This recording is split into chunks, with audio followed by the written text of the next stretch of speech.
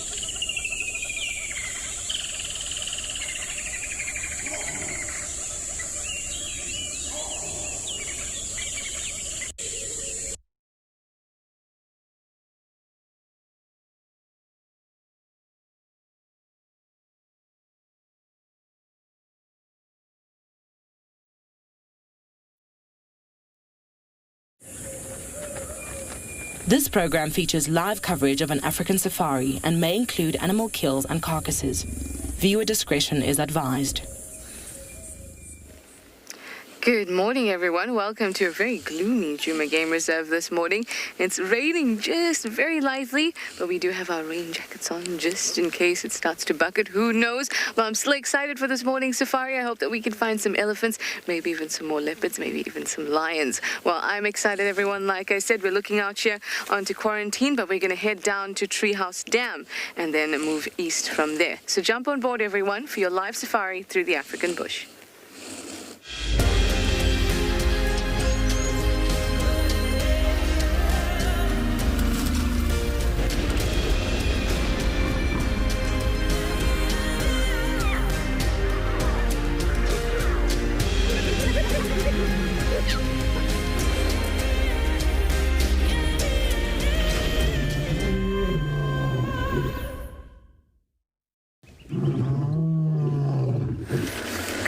Good morning, and hello, everyone. I hope that you are feeling fabulous. I am. I have my rain jacket on, and that's most important at the moment. Now, it's your live safari, everyone, and welcome aboard. My name is Trishala. I've got Theo on camera with me. We're heading down to Treehouse Dam, and we're hoping to have a great one. please use that hashtag WildEarth, or you can use @FC on the YouTube chat stream to talk to us and give us your questions and comments. You can also go to our website. You can register and use our questions and comments box. If you're under 18, please use kidsquestions@wildearth.tv. We'd love to hear from all of you. You can see it's quite dark at the moment. I've even had to put my lights on in the morning. It's been a while since I've had to do that. But this cool weather, or rather, yeah, I mean, it's not actually very cold. It's about 15 degrees Celsius, about 59 degrees Fahrenheit. So it's not very cold at all, but it is raining. You can see my dashes, nice and wet. If it gets much heavier, obviously we'll put our rain covers on, but for now it's pretty okay.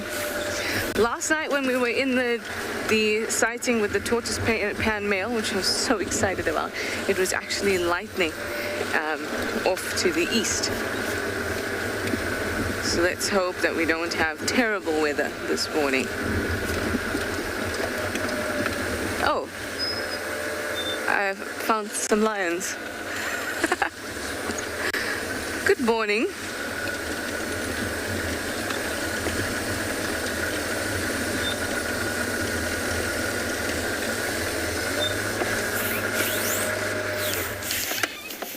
Hello, you guys.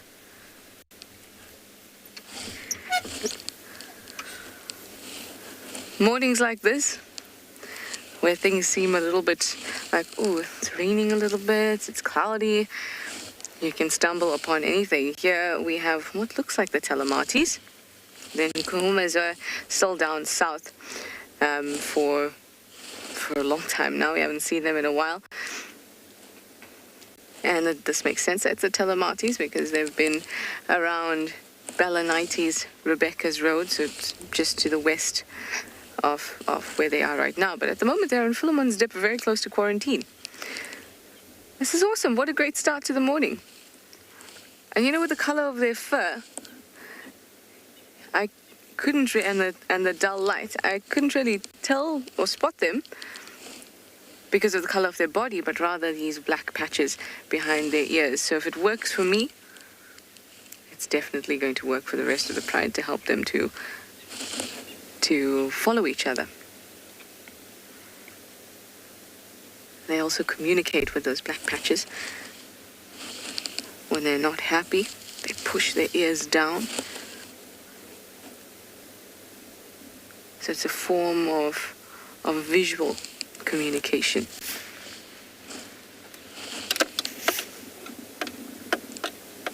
I wonder if they've spent the night here. They've obviously come straight from the block. There's no tracks on the road at all except for elephants. So they've obviously come straight from the block, or through the block, and ended up here.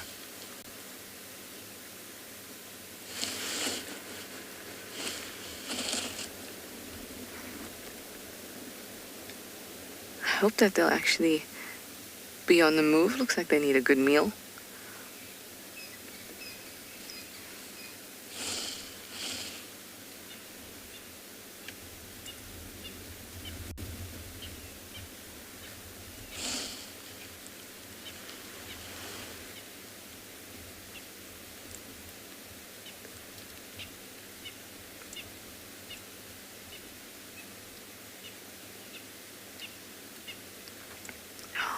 Beautiful eye.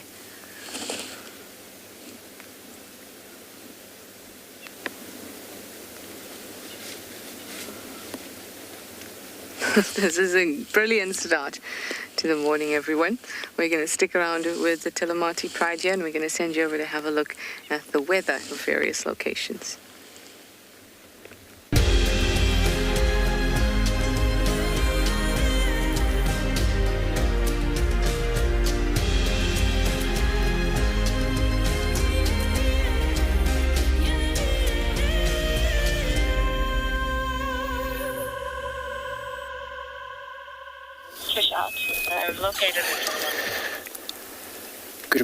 Good morning everybody. Welcome to Tswalu Private Game Reserve again this morning. And we just actually begin a drive. We're going to take a look to see if Kara, she's still in the same area as last night. And which, if nothing happened, then she might be still there. And my name's Andrew, and on camera I have Morgan again this morning. So this is how we're going to be taking you on a safari. It's a little cloudy though, or a little spitting, but it's not that bad. And then we're going to make our way down to the last position where Karish was last seen.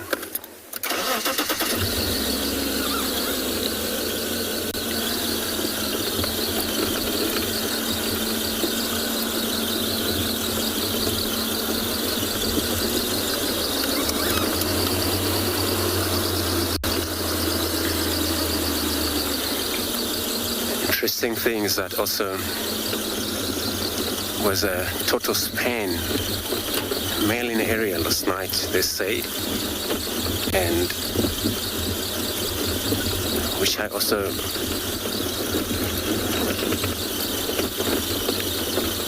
haven't really met him yet, so I'm gonna make my way down there, see what happened, and in the meantime I'll be sending you across to Tswalu with the line.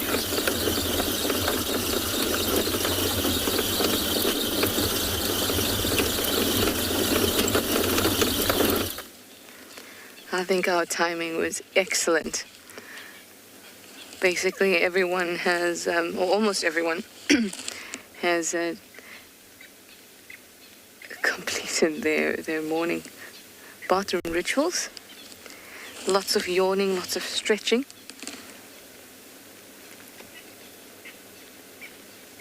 And they're moving steadily up towards quarantine. Now, there weren't too many antelope on quarantine when we had a look when we came down here. Hello, you.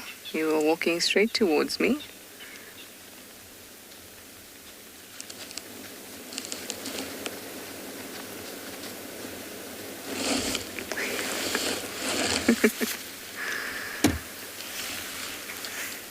Looks like we're gonna get a fabulous walk by most of them. Oh, here comes a young male.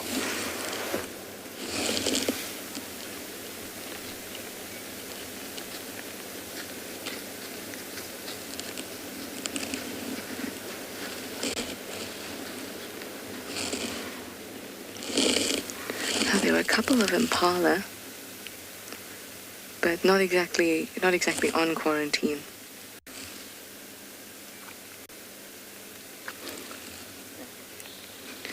James, you say, oh, good morning, James. Firstly, you say Saturday is off to a good start. Oh, yes, it is Saturday. And it is off to a fantastic start.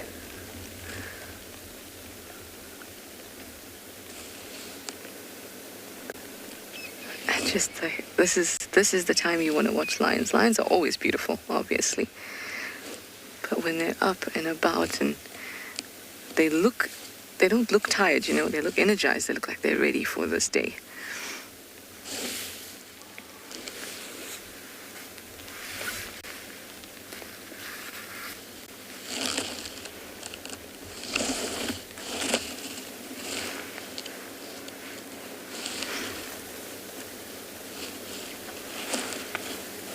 It's only a matter of time until the rest of them get up and move too.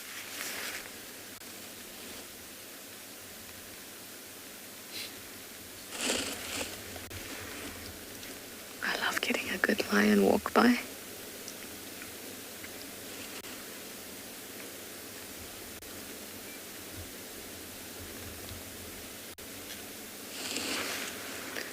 It looks like there might be about 10 individuals.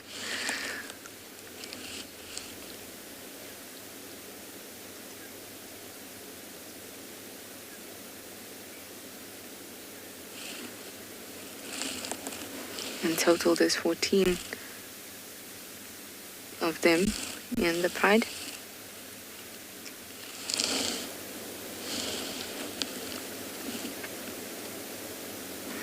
Hi, Victor. You'd like to know if this is the right condition for lions to hunt in.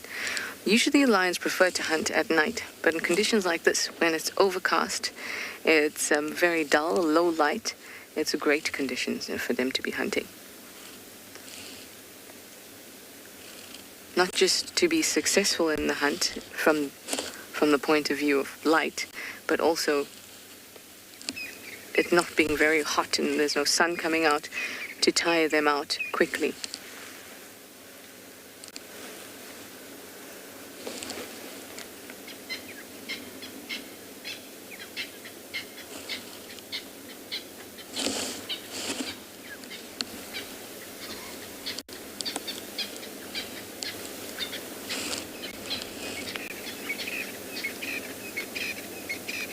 See that? Lots of grooming.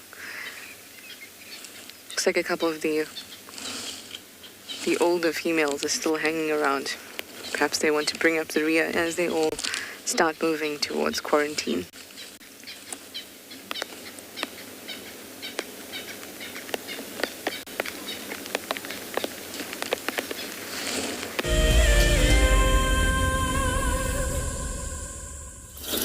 So we have arrived to this very same spot where that Kara and the tortoise pain male were seen last night. And the guys, also the other guys been here, they didn't actually discover nothing. So we don't know what happened. It happens maybe they're still around or the kill's probably taken to the ground. So what I'll do, I'll check a few thicket around here to see if maybe they're well hidden around.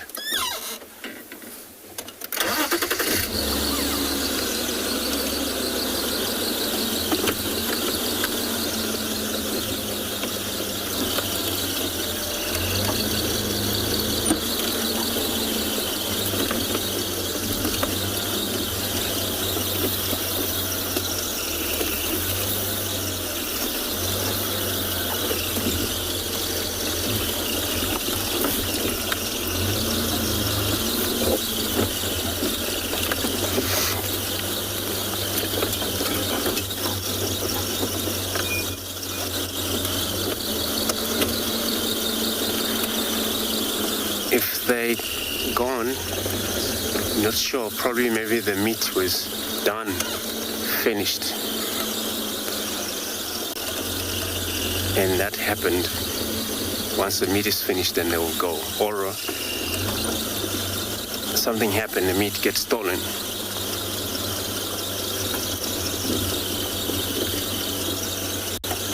And that also can make them move away from this spot.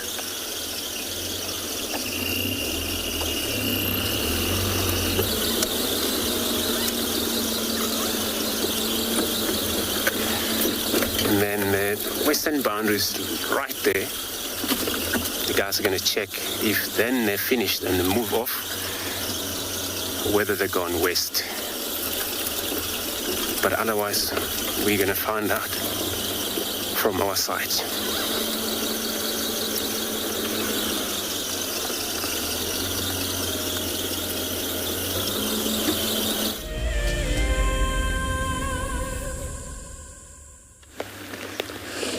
There's Darkman out at the back, going to give us a yawn. This raid is starting to calm down, but I still don't want to go anywhere because they're, well, I mean, apart from following the lions, I think I'm going to, yeah, we'll just follow the lions. We're quite close to home anyway if we need to put our rain covers on, but I want to follow them. They're now moving up towards quarantine. I think our best bet is to go up on quarantine, park off nicely and watch them approach.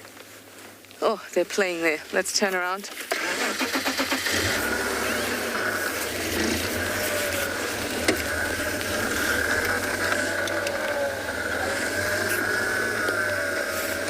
And be very careful not to drive over any lion as we do that.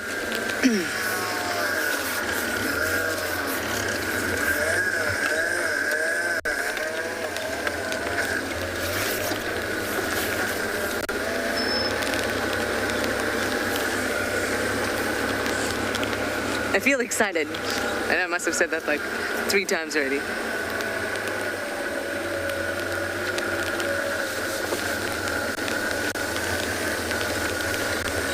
Let's just pop up on top here.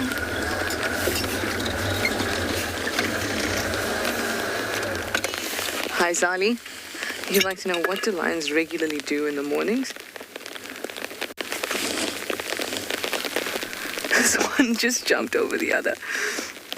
In the early mornings, it's still time for them to be active and hunt. And of course, they're going to hunt if they're hungry. And that doesn't mean it's going to be in the morning. It can be at any time.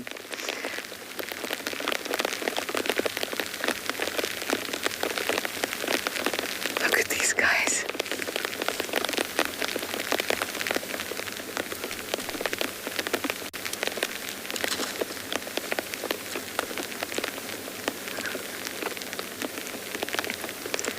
Now they'll play like this a lot and energize themselves.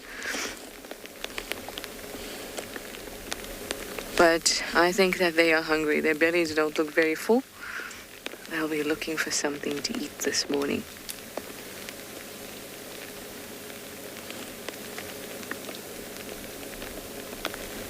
This is also typical. Get up, move 50 meters, sit down again.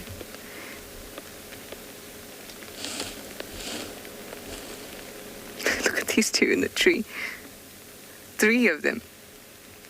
There's one in the tree as well.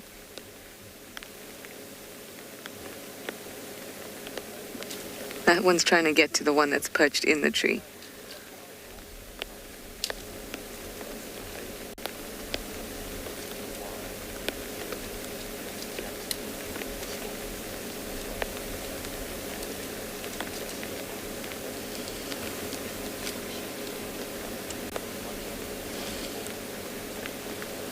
Can you see it there, turning its head and looking down at these ones?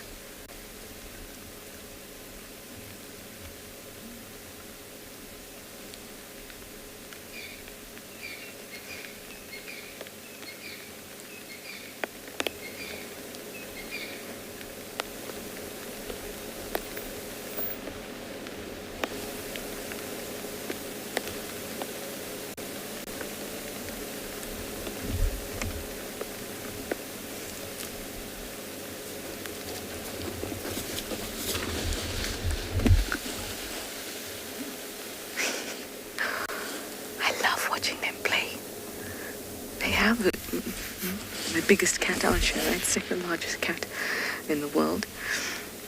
And their bodies are heavy.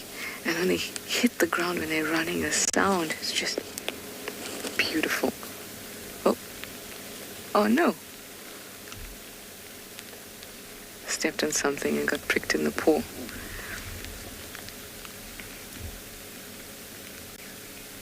This one's trying to stalk its buddy.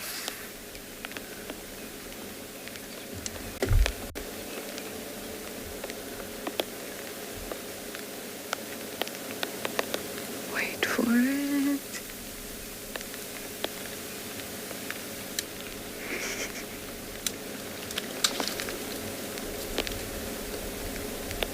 That's a lion jungle gym.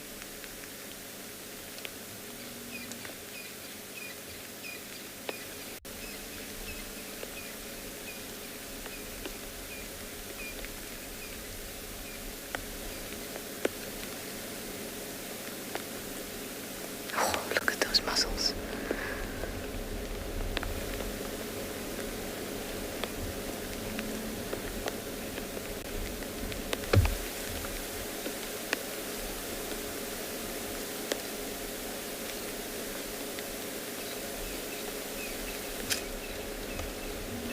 Hi, Eagle Eye. You'd like to know if it's safe for us to be this close to the lions? Yes, it is. There's always the potential for it to be dangerous for anything out here.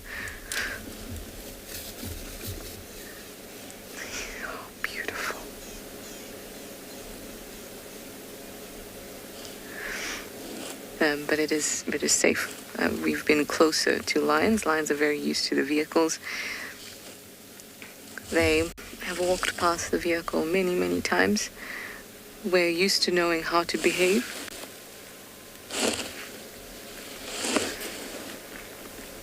When seeing them close to us, we don't react, we don't move quickly. We just stay put and we enjoy and we stay relaxed. As soon as you're nervous, you may not even realize it, but you are giving off certain cues. Your body gets stiff. You become wide-eyed. So you have to make sure that you're very, very relaxed. Now, we have someone very special that's going to give us a walk by there next to you, Theo.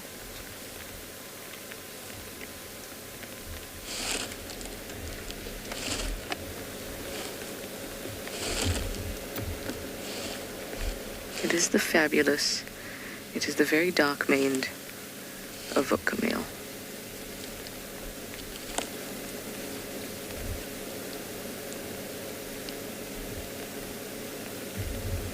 Oh, he is beautiful.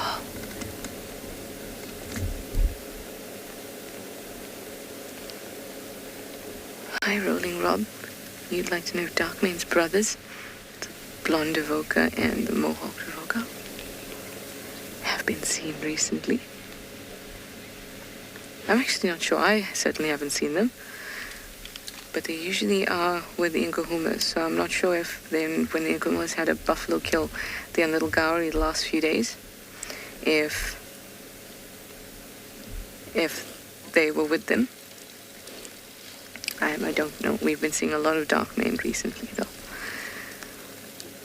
He usually accompanies the Telematis.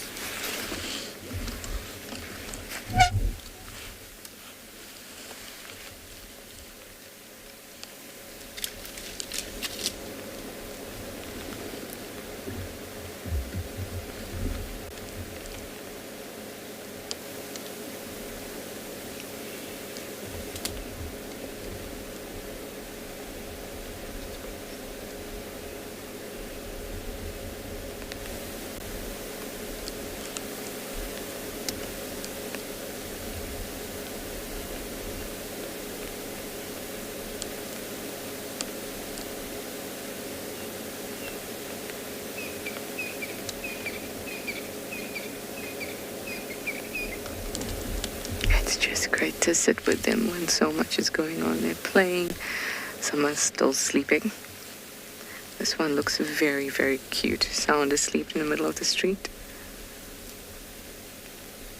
Hi, Gracie, you say this is the best roadblock? Oh, yes. There's nothing like a multiple animal roadblock. Like elephants, the same. You have a whole lot of elephants in the road. Wouldn't it be great if we could get a whole lot of leopard roadblock? That'd be fabulous too. Look from behind how those black spots in the ear just pop out. Love it.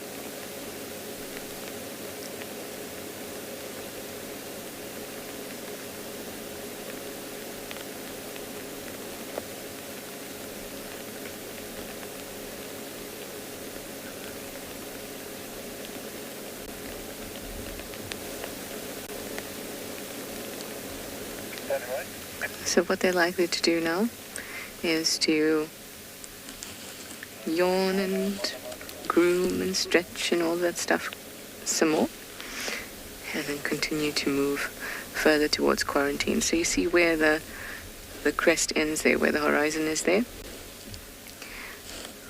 Just over that is quarantine. So they're not far at all. They're just going to take their time.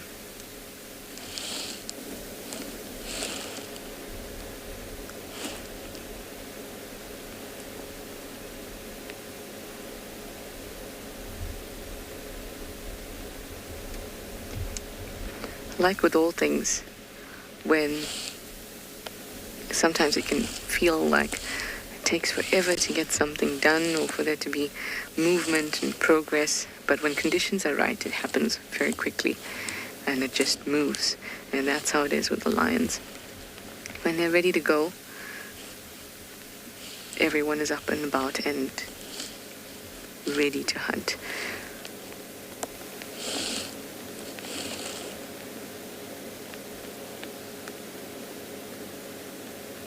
I find that they are very patient animals. most of the animals out here that have to hunt, very, very patient.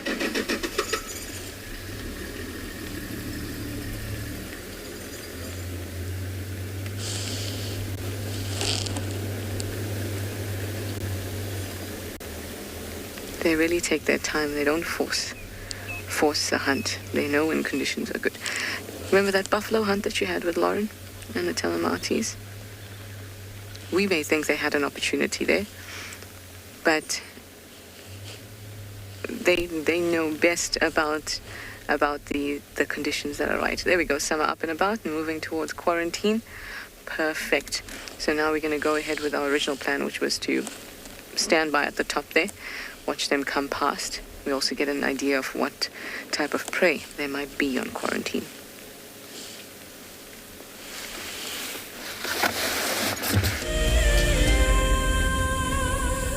Today is no ordinary day. We have many people on the vehicle. We have Dawn, Rial here, and we have Miss Gabby. They are holders of the Ticket to Dream. It's a very special opportunity for us and a learning experience for Gabby. My favorite is the wild dog because it's like painted a little bit. If you want to go on safari with a Wild Earth guide, whilst honing your bush knowledge and of course featuring in one of our shows, then head over to our website. My most favorite part about Wild Earth is I have learned so many things and I have become interested in so many things that I never even knew about. I'm going to ask my friends and my whole class, even my teacher, to go on safari. We wanted to buy a Ticket to Dream because we wanted our family to have this as a special time in our lives that we can always look back and reflect on. This is a dream to be here. Hi everybody, I'm Tiana, I'm from Johannesburg, and I am one of Wild Earth's biggest fans. Been watching for 4 years, DG here from the Ozarks. It's been 4 years for me and I'm not leaving anytime soon. It's given me a time away from the hassles of the city, and it's given me a connection to a place that has stolen my heart, which is Africa. Last year we lost our son, and now we're just watching Wild Earth. Love to all you guys. You are reminding us of the role that we play in nature conservation, each and every one of us.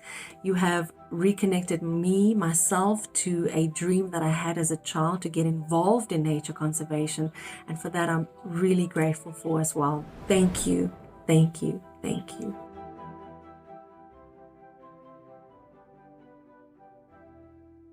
My name is Ross and I'm a field guide at and beyond Pinda Private Game Reserve. I love getting questions from guests on Wild Earth because I love sharing and learning information about nature with new people, and it also makes me feel like you're all joining me in real life. If you want to ask a question on Wild Earth, then you need to register on our website.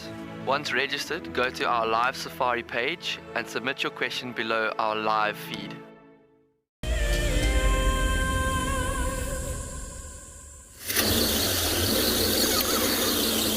Alright, so we're just going to see how they're going to cross this main road with a beautiful herd of impalas. Oh, it's just lined up.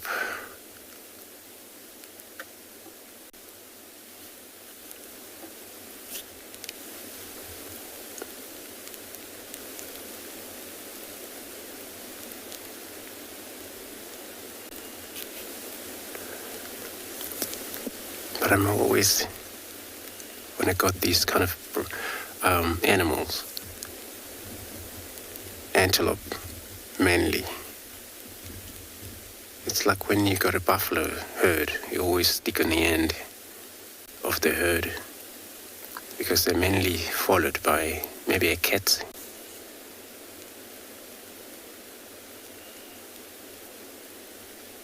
Which sometimes with the impalas they were mainly hunted.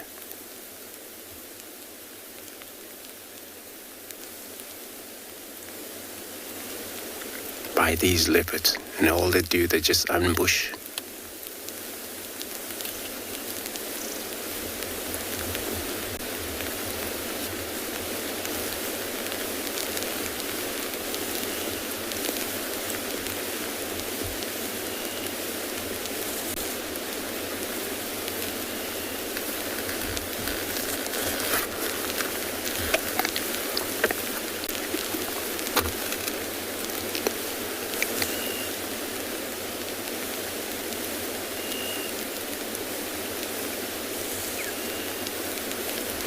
And they're all, their coat, it's puffed up a little bit.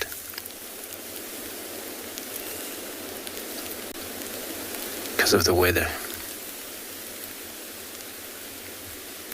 And they're trying to provide a warmth on themselves.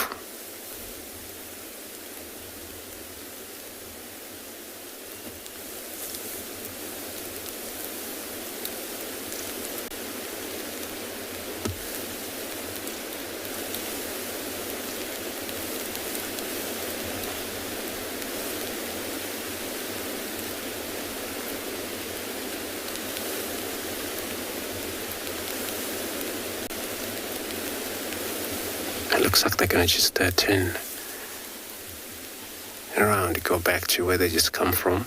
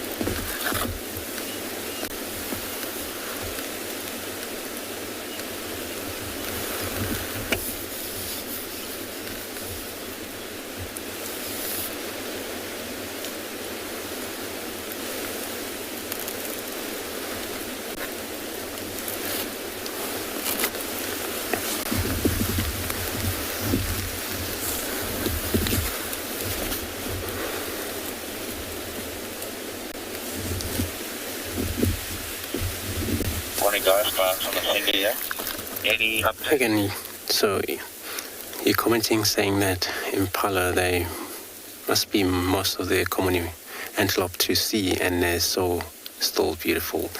I agree with you, they are still beautiful. All the time you see impalas. And the fact that they all just love being in a group.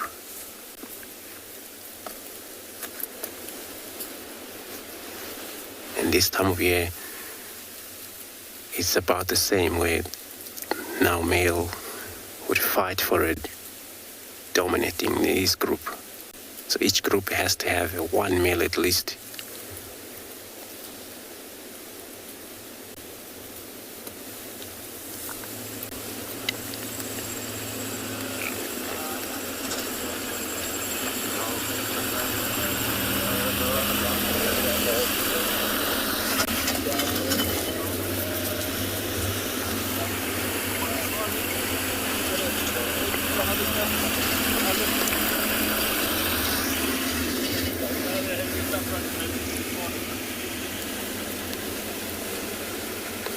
So we are on the main road. I hear a lot of these cars are riding past us. This is only axis.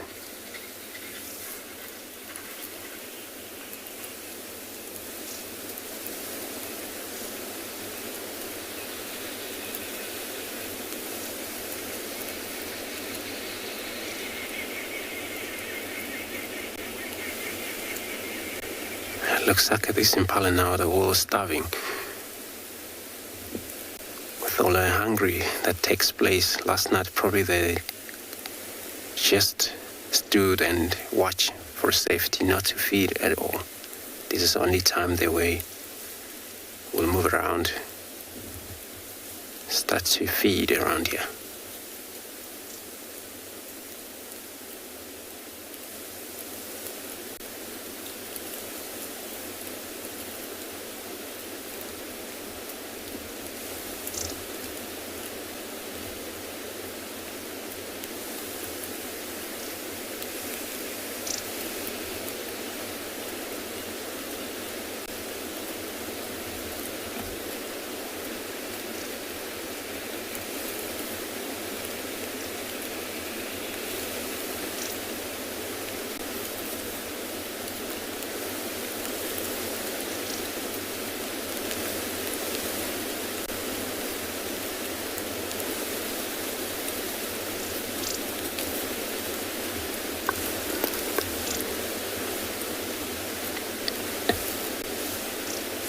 And that, if you look at their rear leg, and then just above their hoof, all you see just a black patch, which is rich in oil gland, which is called metatarsal. And probably for them to be able to look at one another, the scent is left behind by this gland wherever it touches into the grasses when they move through these tall grasses.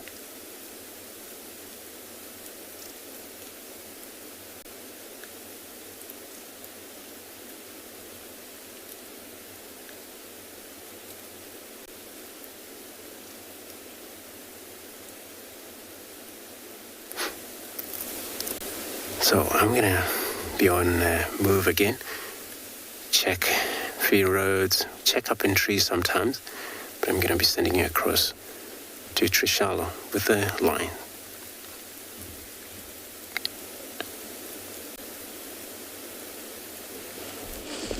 Well, there's some ants of the impala here who are not as happy or relaxed as Andrew's. And that's because the Talamati pride has been giving them a bit of grief.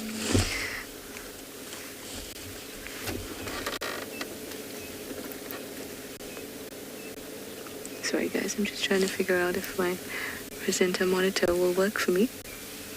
Looks like it's not going to. Alright, well I might not be able to see what you do, but I'll try my hardest. This was the lion that was trying to hunt the impala. But now they've all kind of moved down. They're moving towards the dam at the moment. So let's follow them. Still so interested in the impala. It's the only one that's interested in the impala. Everyone else has moved off. Oh, there we go. Interested in another lion.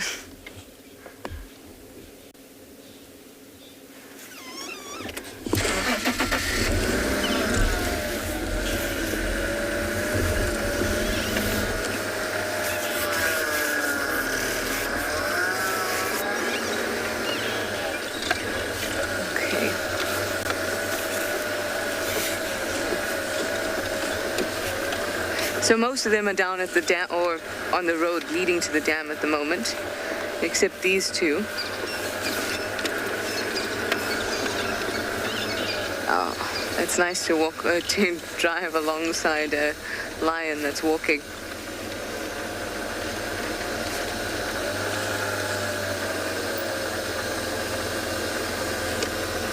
Hello, gorgeous.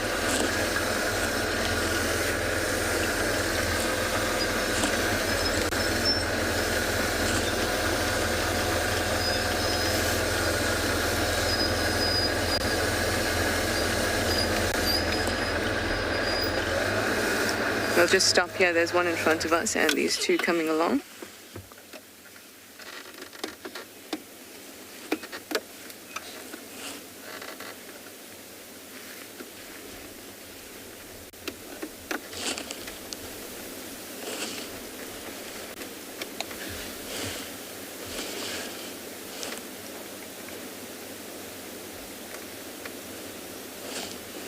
Hi Renee, you'd like to know if they've also got cubs in this pride?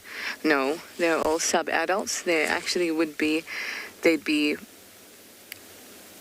soon having another set of cubs, but maybe another, they could now actually, but they're all sub-adults. You know the Nkuhumas have had, look at that, quite a few new tiny ones, and the Talamati, when the Nkuhuma had their cubs, the Talamati had their cubs around the same time.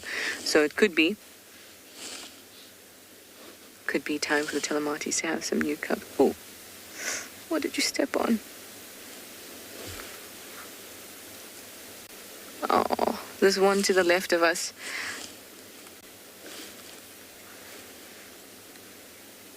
It's just stood on something.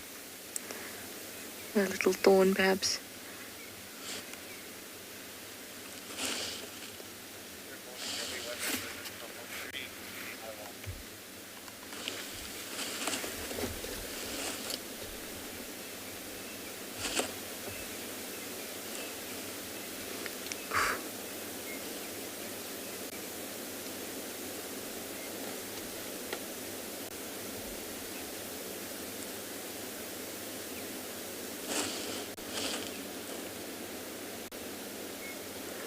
It's walking very carefully.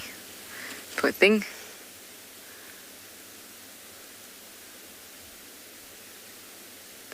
I always feel like paws and, paw pads, the skin there, it feels so soft. I mean, especially if you're thinking of like your domestic cat. I feel very bad when they step on like devil's thorn and things like that you'd find out in quarantine. But in fact, their pads are very rough, very hardy.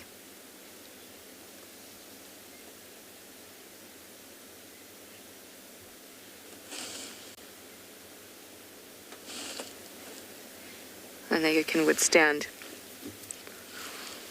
all of the numerous painful things they may step on.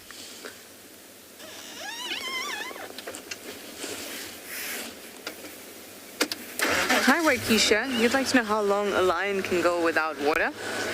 A substantial amount of time. So a lion will drink water if it's available, but it's not water dependent. So a water dependent animal is an animal that needs to be near water and needs to drink water daily. A lion doesn't need to, but they will if there's water around. And that's because they get the majority of their moisture requirement from the blood in the carcasses that they eat. So it's not necessary for them to be drinking water even every day. So they can go if they have eaten well, they have good prey around, then they don't need to drink water, or they can go without water for a day or two. But also if there's So we are now at Bambuli again. Taking this road, well, Impala Road is only a road between the boundary and where the Kara and Tortoise Pan Mail were last night. So the ideal is to check whether there's any tracks in this road. You're gonna have to move somewhere anyway when they're not around, definitely. Not just to show how far they've gone.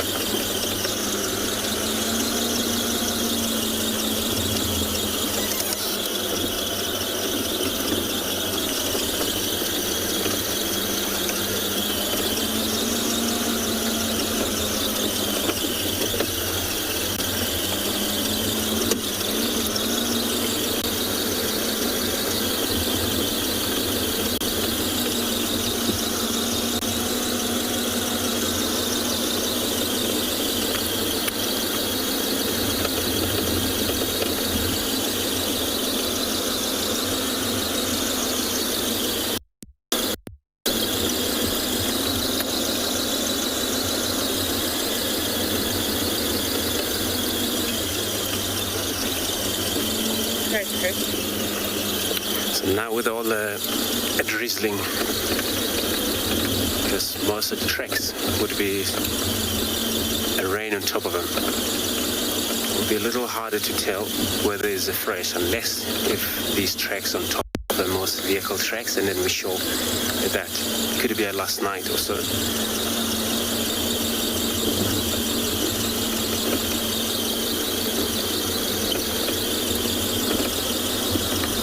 But if they have walked recently on top of the wet, then it's quite easy to tell. That's fresh.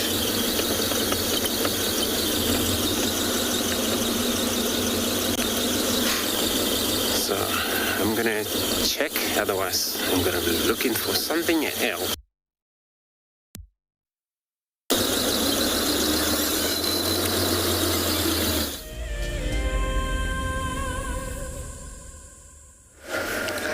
Well, they're on this very narrow road, Warburg's Eagle's Nest. So what we're going to do is we can definitely say they're moving towards Twin Dams Road. So we're going to swing around and catch them on the other side. Otherwise, we'll constantly be behind them and we won't get to watch them do anything. We'll just be following behind them. So we're going to swing around and watch. There's nice open areas around the dam camp. but they look like they might actually be going straight. Actually, it's hard to tell if they're going to turn or not. But I feel that, hello, good morning, guinea fowl. I feel that if they were going to go straight down to the dam, they would have come across quarantine and then down. But maybe because of the impala, they didn't. Hi, Patrick. That's an interesting question. You'd like to know if female or if lionesses contribute to the hunt at an earlier age than males? I don't think so. I think it's also a bit of a, firstly, I don't know, I haven't looked at that specifically. But it's a bit of a myth that males don't hunt. Males certainly do hunt, but the females, there's more of them and they do quite a lot of hunting. And that's because the males are not always in attendance of the pride. Standing by.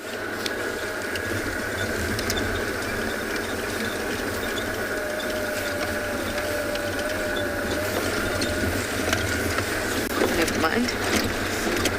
So I don't... Sorry. I've just come down by Viatella Dam. I'm going to swing around onto Twin Dams to meet them at the bottom. They've all just gone southwards into the block now. They're stalking something. I can't see what it is. I'm just going into the block, just south of Tumbeta, into the block there. Copy. Where we saw them last, they turn into that block. Affirmative. Right where we last saw them, they've gone south into the block. Okay, copy that. So they're now somewhere in here.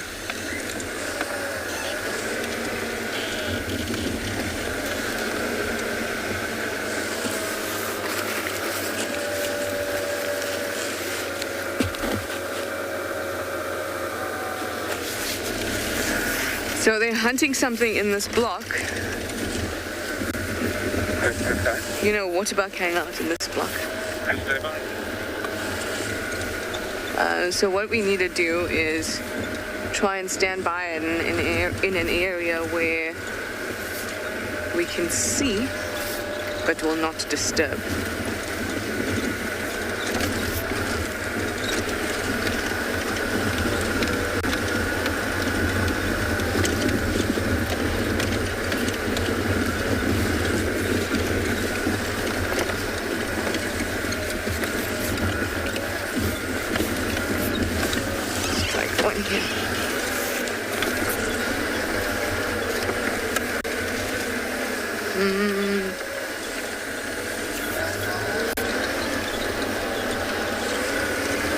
They're quite difficult to see with the color of this grass.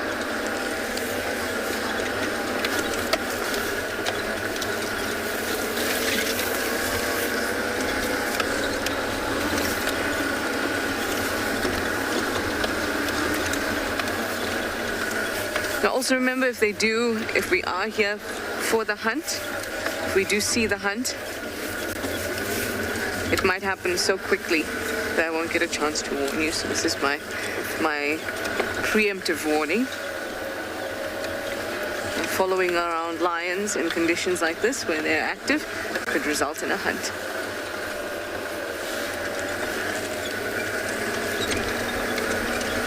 Luckily, this block is nice and open for the most part.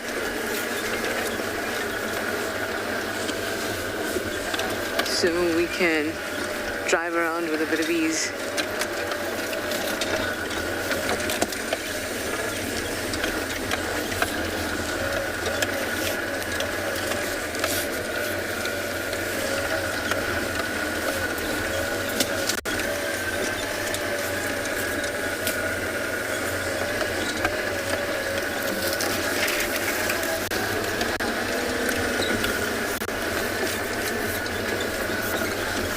Could have gone into that block too, right?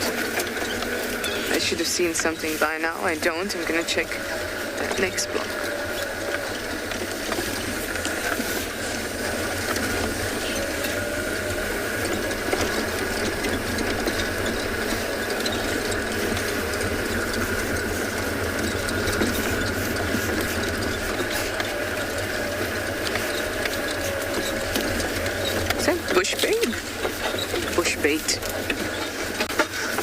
You'd like to know if lions strike the ground when they're angry. No, they don't. They do that when they want to mark an area.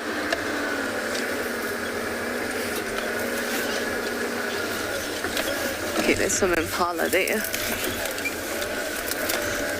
So have a quick look here. Okay. Let me just give you sight of the impala. So, striking the, I think, do you mean scraping? Yeah. Scraping is not a result of being angry. So let's just watch here. I can see impalas, but I can't see the lions just yet.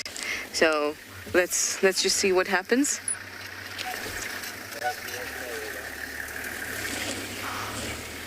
Hear them alarming.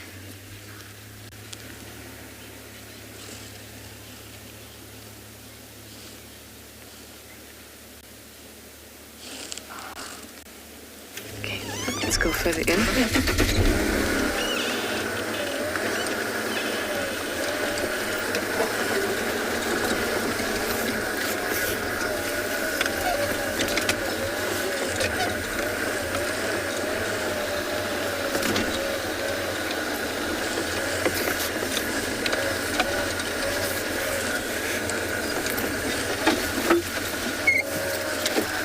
Very thankful for blocks like these that allow us to move fairly easily through them.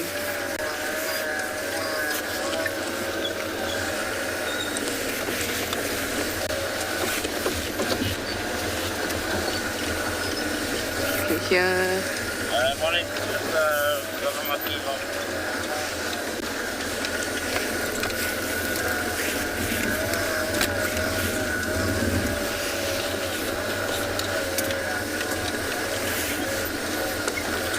Okay, I don't see them yet, but they're going to be flat. Hopefully those black markings at the back of the ear will help me find them. But we're going to definitely... Oh, I see the impala. All right, it means that the lions are close by. Hopefully we'll find them again.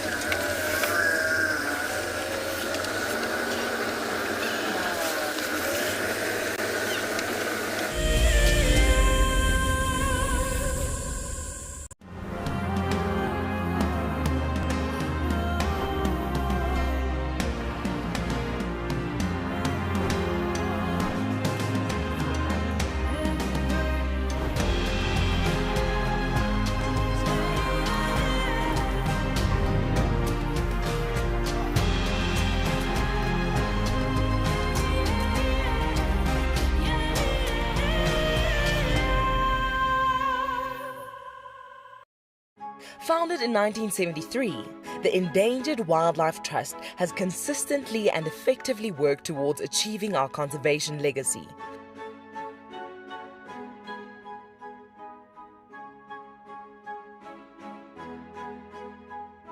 Contribute to this legacy by visiting EWT's Get Wild eShop and purchase products with a purpose.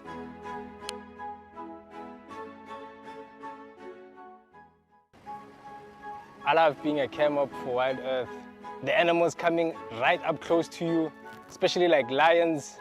Sometimes you get nervous, but you have to go with the flow. My favorite animal to film is the elephant because of how big it is. But when it's really up close to you, it's one animal that you would say, I really respect you.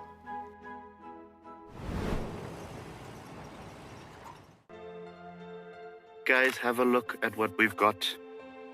This is better than my birthday. Look at that. This is the first time that I ever see cubs this small. This is so special. This has officially just become my best sighting of all times. Tune into Wild Earth every single day. It's in your nature. Delivering 6 hours of HD wildlife content live every day is no small feat. It's a massive team effort, and we all rely on one another. Cam ops have a bit of work to do in the morning, up nice and early, get all the checks out of the way, and make sure we're ready to go live. Helping others fall in love with nature brings meaning to what I do. It's also a lot of fun.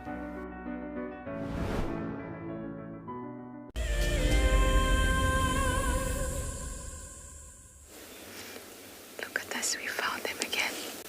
They've given up on those impala, but these two are making a lovely purring sound as they affectionately touch each other's heads.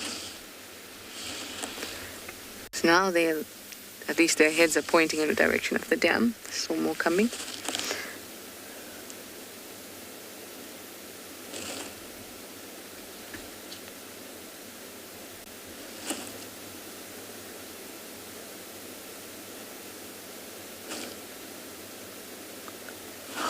They are so beautiful as they move through this grass. I just saw dark mane moving through, and you can hardly see him, but you can see his dark mane moving through the grass because of the color.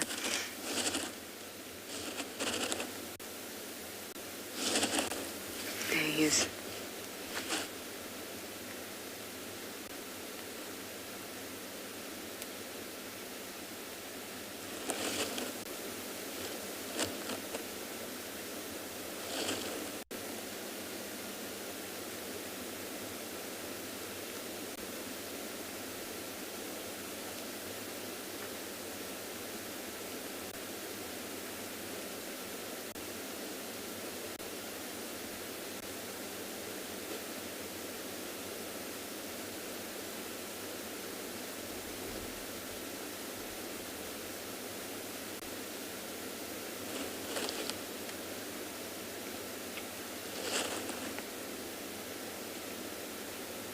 As soon as he makes his way through.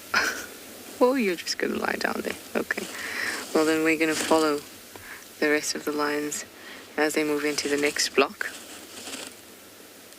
I think actually we might not go into the block, but rather just stand by in the open areas a little bit further north of that block, a little bit closer to the dam. I think we'll be lucky there.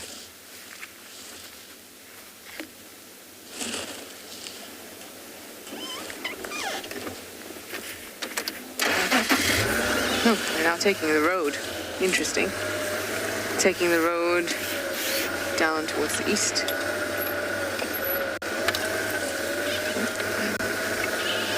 One individual store here.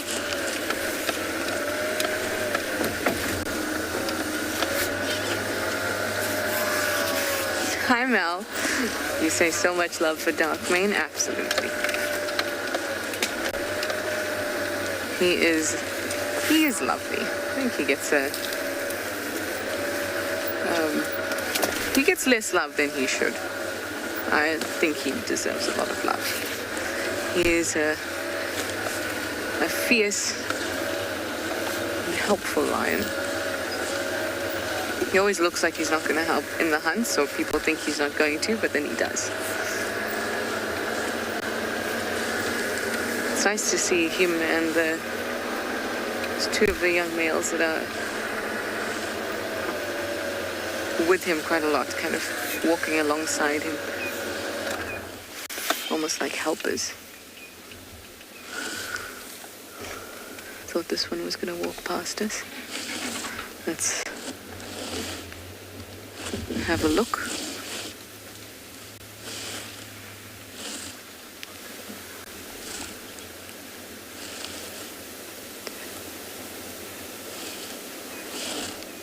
Impala is still alarming and alarming. Here he comes.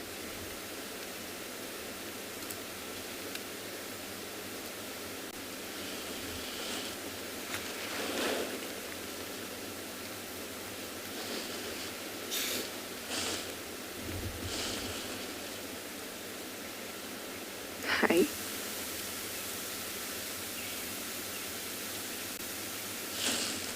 He had a bit of blood on his mane there, on the right side. I couldn't tell if it was an injury or if it was from a kill, but it looks really fresh. Just a spot.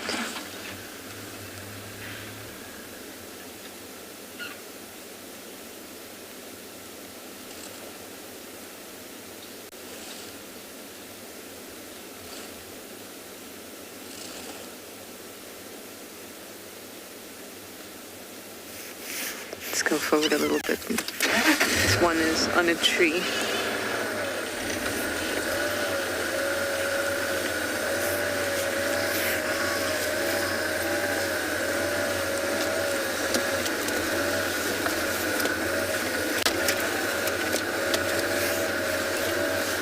What's up? Oh, this is a nice view. Hi, Andrew.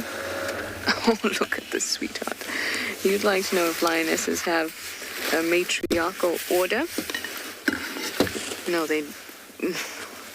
well, there is a hierarchy within the pride, but it's not that one is particularly in charge. Again, just like with all matriarchies, or at least most of them, excluding our hyenas, who is a matriarch depends on experience, and experience is a result of age.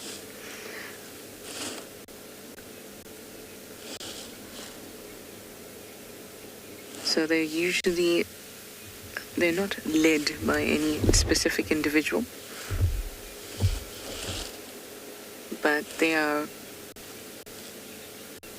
definitely take their cues from the older individuals.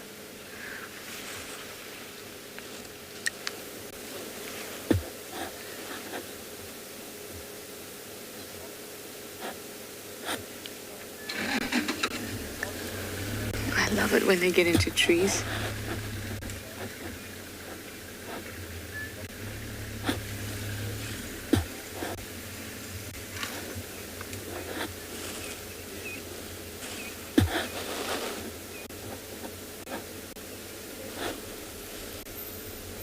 This is one of the young males that likes to be alongside Darkmane. As soon as he saw Darkmane come past, he decided that he is going to follow. Look at that. Look at that affection.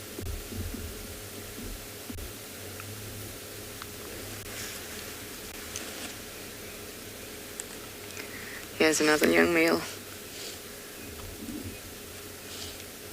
that likes to follow around with Darkmane.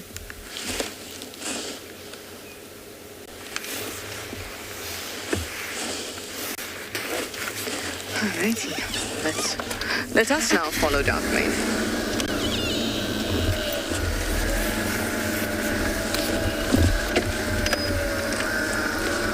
So because all the females in a pride are kin, they're usually sisters or they're usually sisters, and their offspring. They're not fighting for the position of matriarch. It's not the way it is. They're essentially and very correctly, they're family. And so there are older individuals who have daughters and maybe granddaughters in the pride,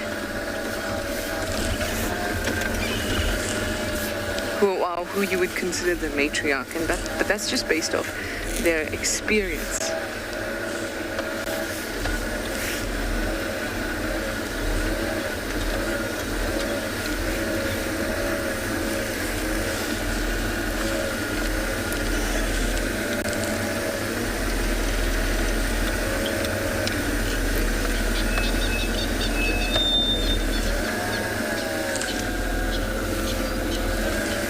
Hi, Snake Dude. We'd like to know if one lioness loses if a cub loses its mother, will another lioness take over? It has happened before, but it's usually not done. They don't alloparent. They don't take care of each other's offspring, and they don't suckle each other's offspring. But it has happened where they would adopt another's cub, but that is the exception, not the rule.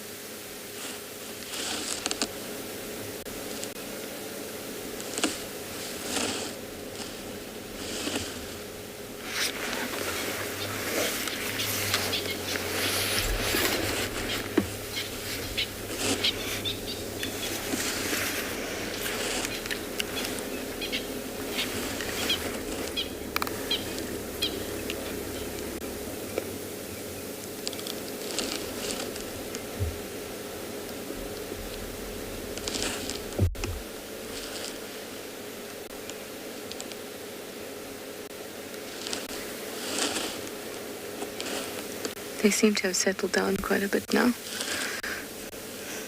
Just scattered around Twin Dams Road.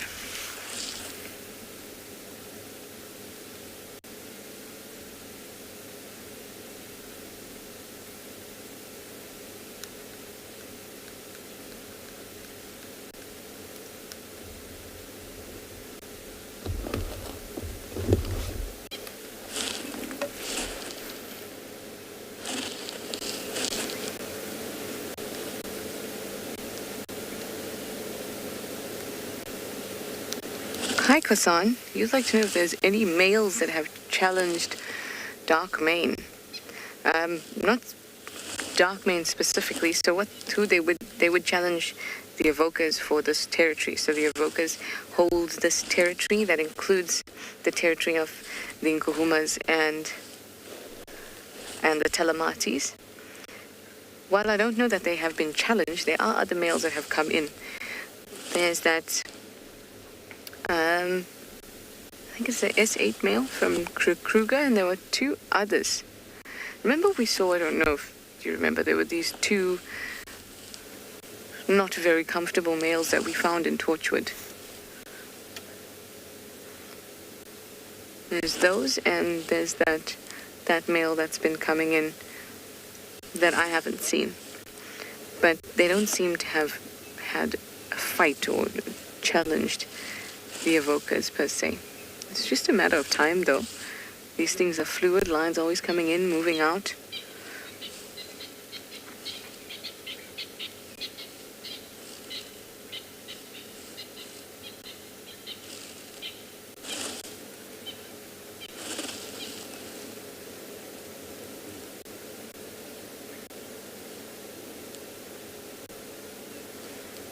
Well, lying in wait is a good strategy.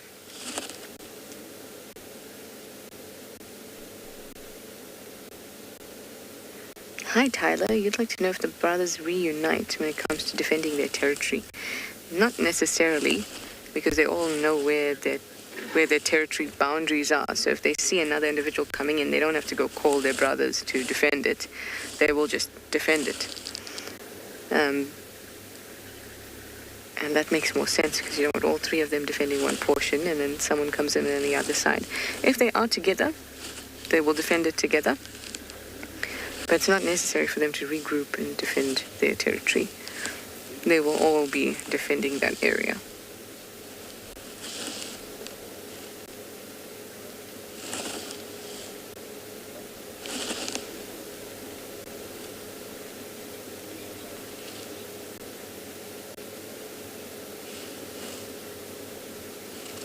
Well, at least the rain has mostly eased up.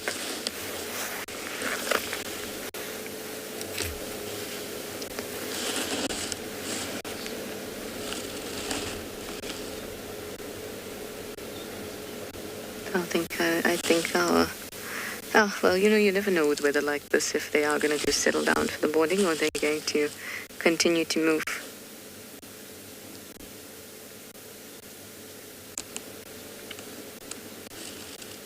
But as it stands, there's not too much play and jumping like there was when the others were resting.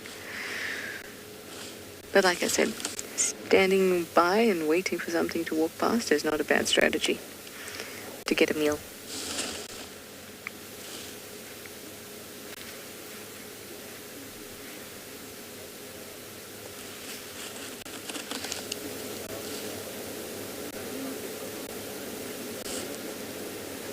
It's likely they might go into this drainage.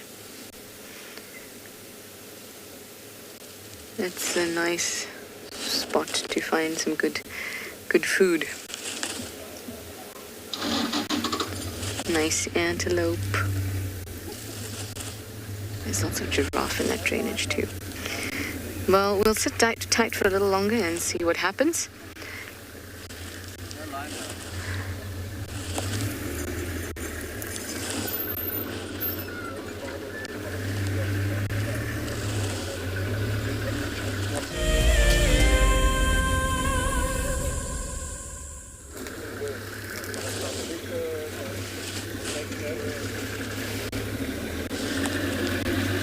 Now these guys can take anything from giraffe, buffalo, just small animals, warthogs that they'll all have a frenzy over.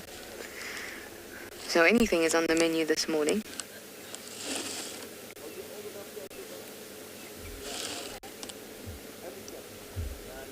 I saw one get up, but that's about it. Everyone's still settled down. The one's gotten up and looking in the direction of the two vehicles. They're chatting as if it wants to be part of the chat.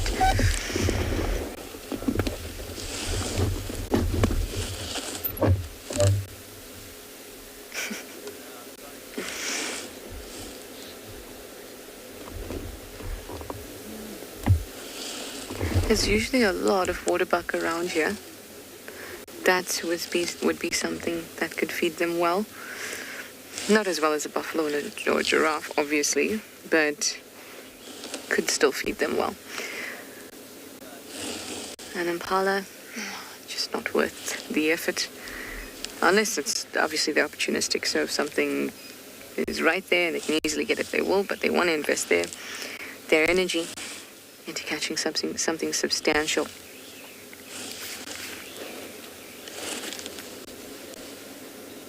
It's about 10 and 11 here at the moment.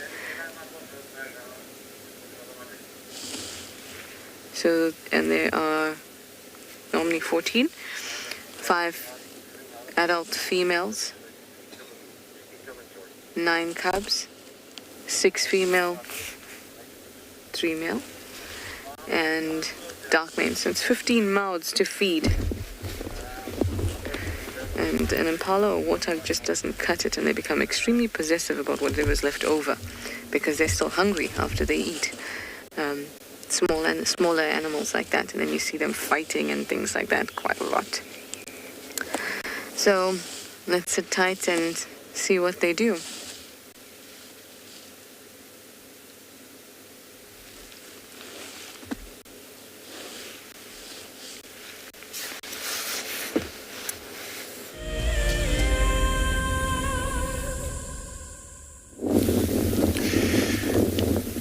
So everybody, now we got a black-backed jackal. Very interesting animal. Well, I haven't seen one in a while anyway, around here, quarantine. But it looks like a pair of them. One just vanished into the bush, and one's still visible there, lying down.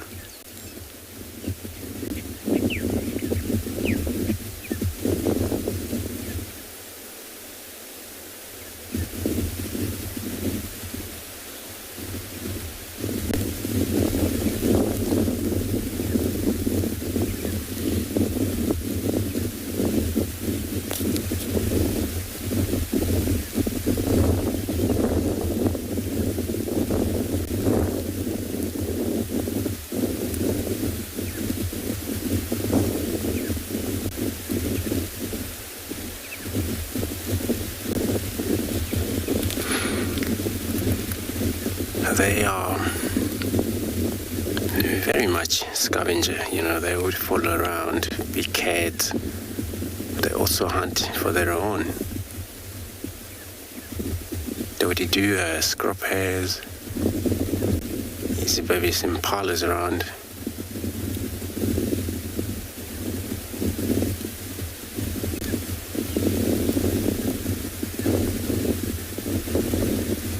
And carry on. They would eat rotten meat, remain over the skin.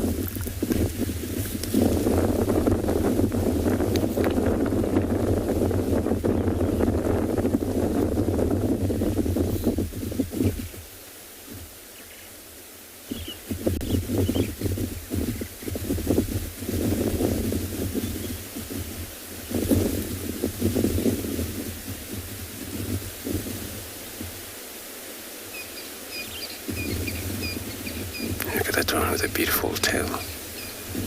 Pinnacle.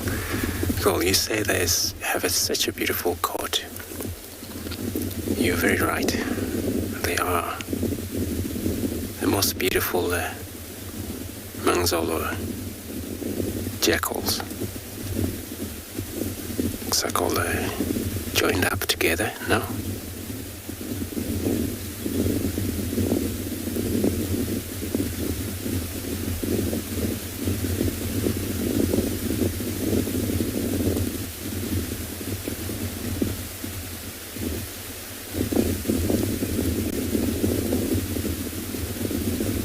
always pair up, male and female.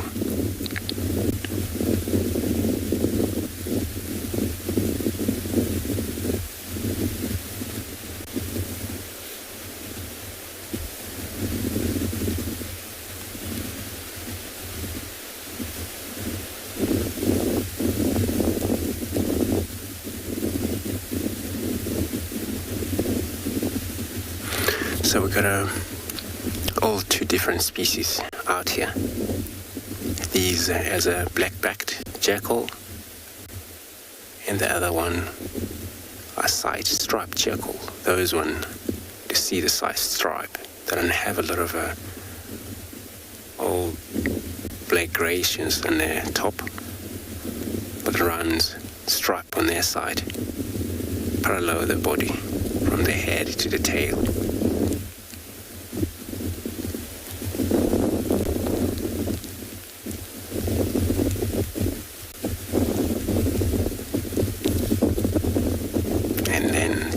Their tail would have a white tip. These are the side stripe. Those are the one doesn't have those white tip end of their tail. Just a normal.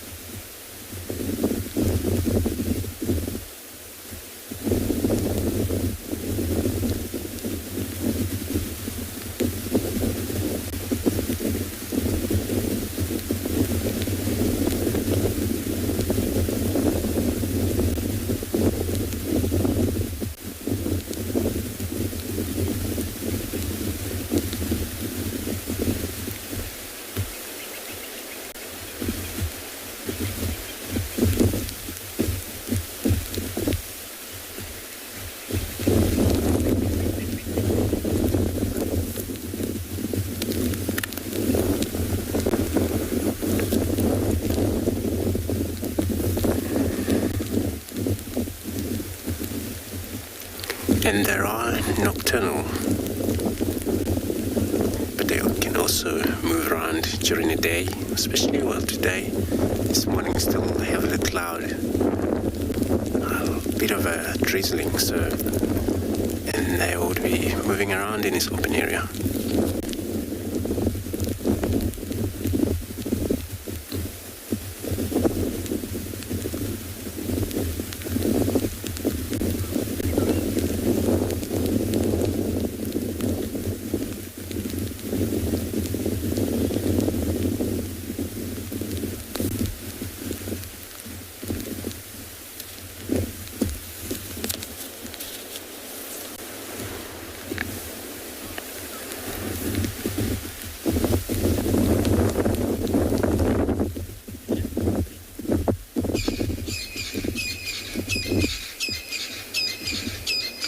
Yellow Franklin, crested Franklin's calling on the other side.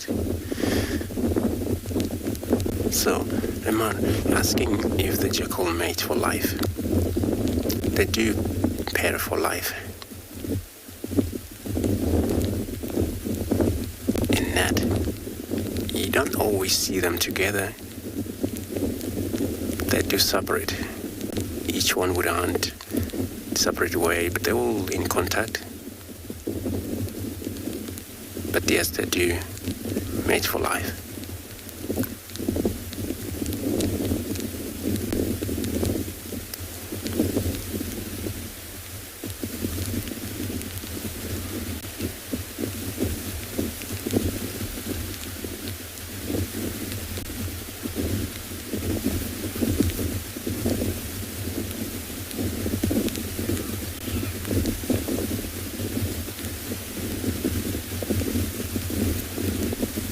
And they're very much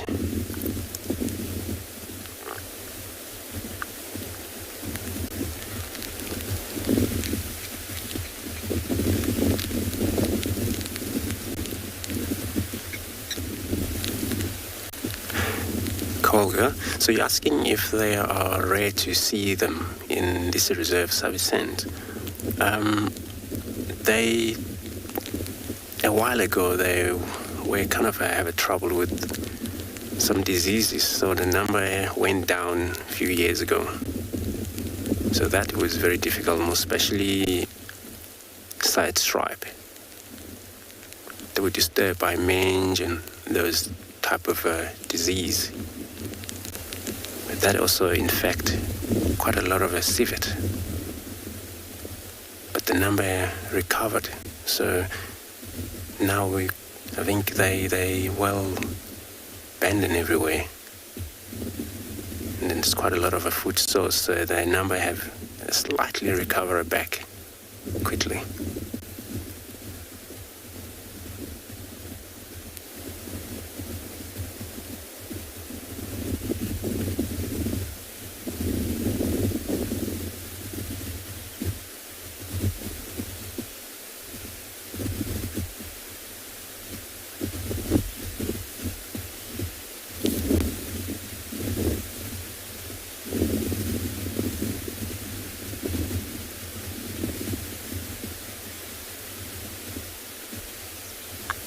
And they breed around, so November, December, January there, so that's where they're mainly denning. So they do have den when that time they breed.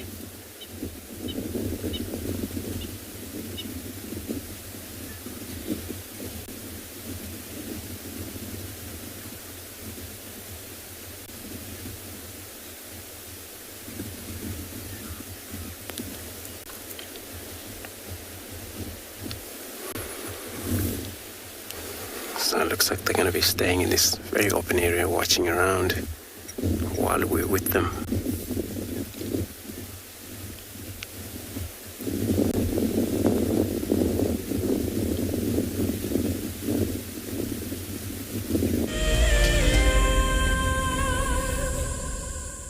If you thought you had daddy issues, then think again.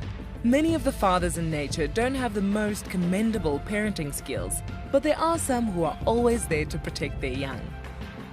In honor of Father's Day, this weekend, Andrew and Trishala will be at the fire discussing wild dads. Sign up to be an explorer and you can join in the fun. And if you want to wish your dad a happy Father's Day, then send your messages and we'll be sure to read them out. Educating our youth about the environmental threats we face is critical. Our future depends on it. The Wildlife and Environment Society of South Africa, WESA, is actively leading the charge. Their goal is to encourage children to fall in love with our natural world and to empower them to live sustainably in the future. Through their school programs, the children learn to report on environmental issues through videos, articles and photos. The YRE program has changed my life in so many beneficial ways. Being out there at the workshops, I was entitled to talk with others, socialize, as well as my writing skills and leadership skills have improved, so it has been great. WESA is a membership-based organization. By joining WESA, you will be helping to provide valuable support for these youth education initiatives. My name is Lauren and I'm currently working in Djuma Private Game Reserve here in South Africa. I love answering your questions during the live safaris. It's my favorite part.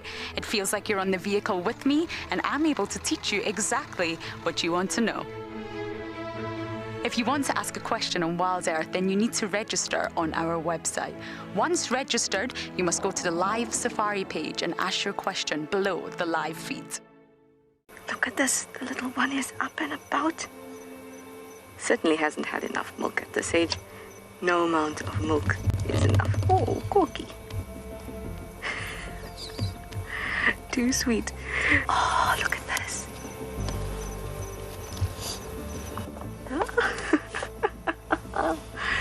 That is stunning.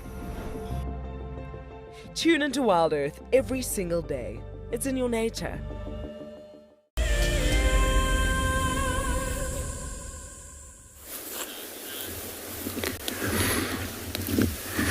we're still sitting here into this very beautiful open area of quarantine on the western end. And there is our jackal still relaxing, maybe thinking, the lions probably not really, really far from here. So when we were talking about the scavenge, they're always behind, even lions, or behind lions, or behind leopard, those cheetah. Or they're hoping for a remain of anything that may be left by these big cats, and they will take it.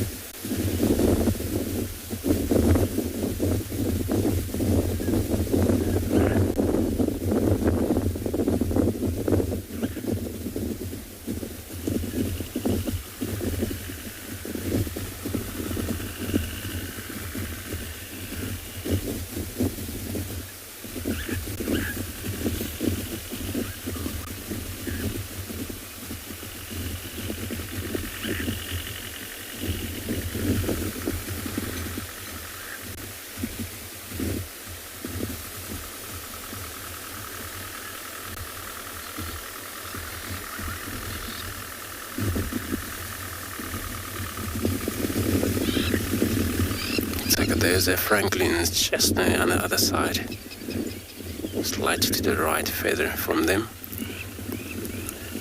But I doubt they will try and hunt them. If there was a leopard, yes. But you never know.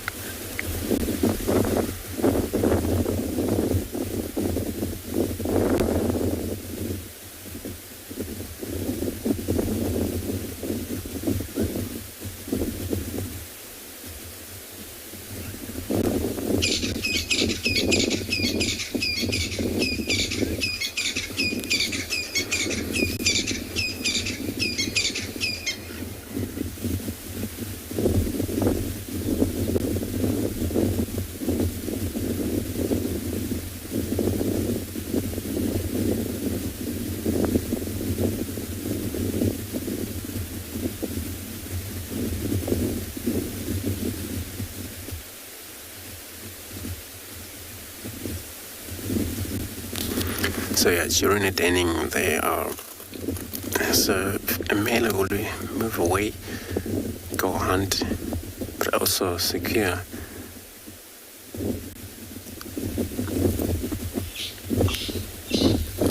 the territory patrol. So I'm going to take another time here. In the meantime, I will be sending you across to Trishal with a line.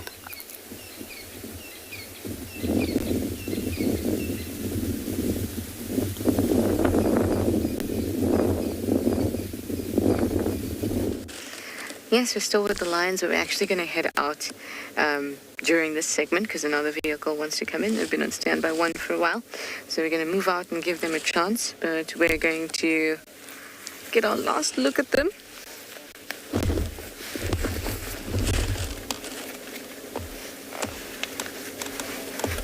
They are moving into this drainage. If we're lucky, they might come towards the dam cam and be visible for any of you who like to watch that too. Perhaps during the day, like I said, in this weather, there could be a lot of movement. All right, let us make space for the other vehicle. I can hear them coming through.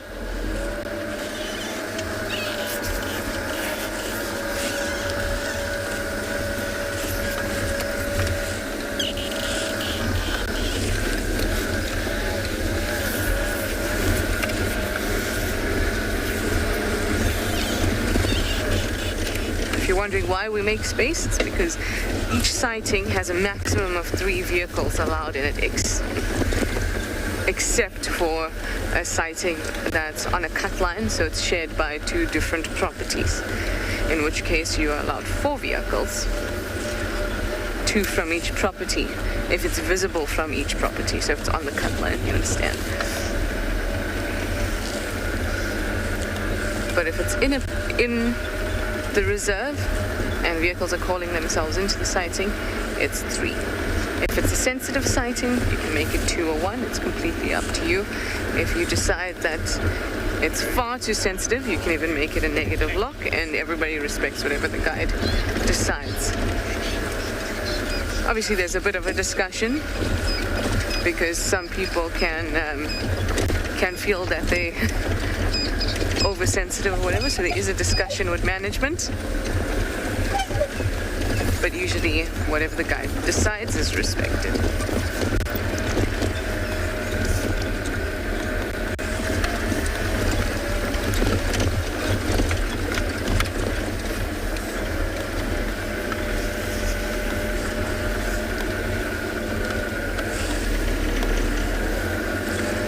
Always keep an ear out though on the radio to see if we get an update about them a little later on and we can get a gap again.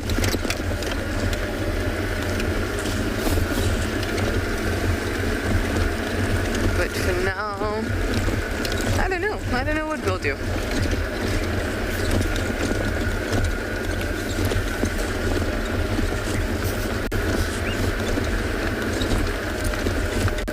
Hi Ashlyn.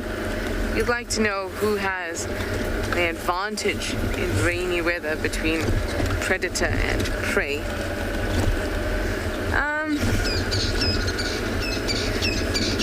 It's not really one over the other. The advantage for the predator is not necessarily because it's a disadvantage for the prey, but rather because it's rainy, which means it's cooler and it's overcast. The predator doesn't overheat as easily, so that'll be an advantage for it because it can maybe run for longer, stalk for longer. That would be an advantage. Prey in rainy weather, they're usually sticking closer together, so that's an advantage for them because you're less likely to find them spaced out.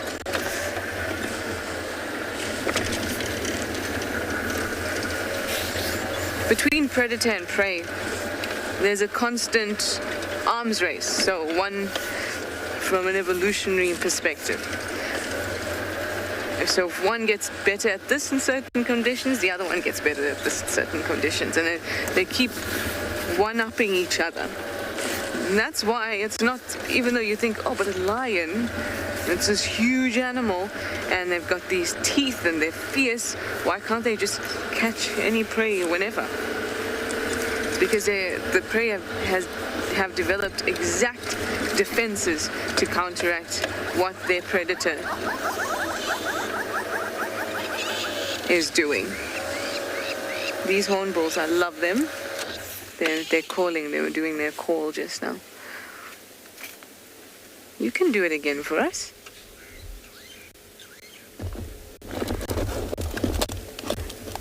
I know you've heard the call, but did you see the dance?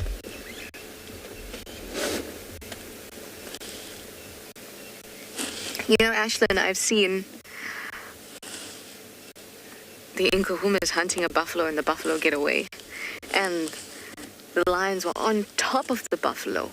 And the buffalo was wiggling and running and hurling itself in all directions. And it got away. So it's not a given.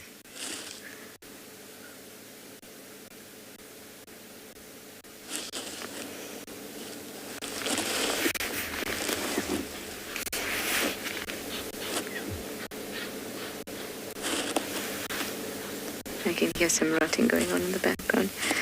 Come on, hornbills, do it for us. Give us your little dance and go boop, boop, boop, boop, boop, boop, boop, boop, boop, boop.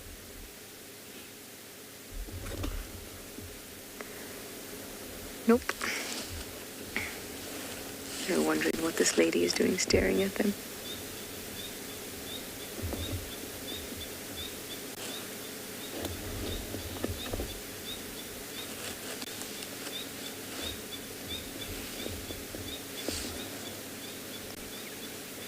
That squeak you're hearing in the background is the Cokie Franklin.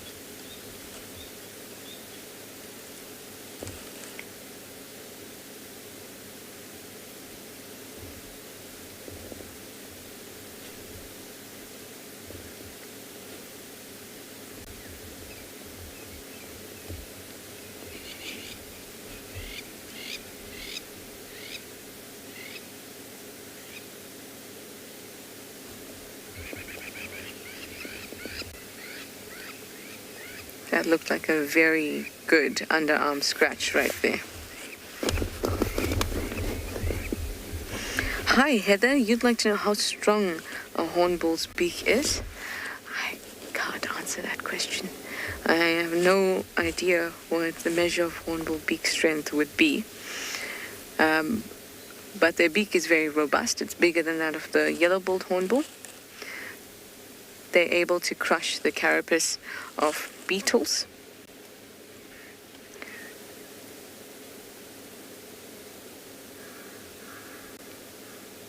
I don't think it's going to snap off your finger.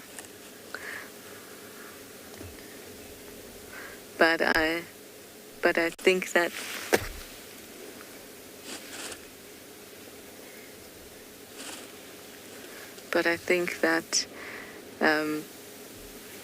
your finger strength, probably your finger strength, if not a little bit harder. But like I said, there's no measure for beak snap that I'm aware of.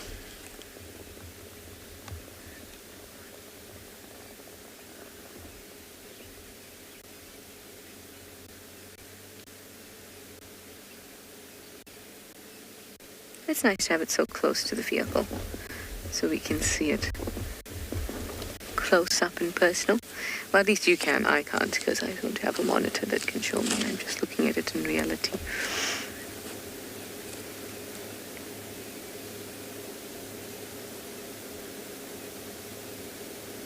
Scratch, scratch, scratch, scratch. Oh. Imagine if you could use your jaws or your mandibles to scratch your underarm. Wouldn't you just love it? I thought so.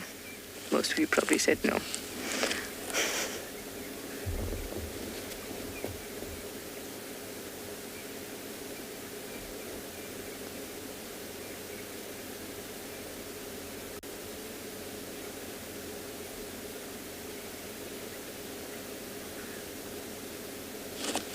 Anything out here that we've seen thousands of times, or we see rarely, whatever it is, if you get the opportunity to have a really nice, relaxed, close-up view of them, just makes all the difference. Like with this hornbill, they're not flying away and they're sitting nice and close to us.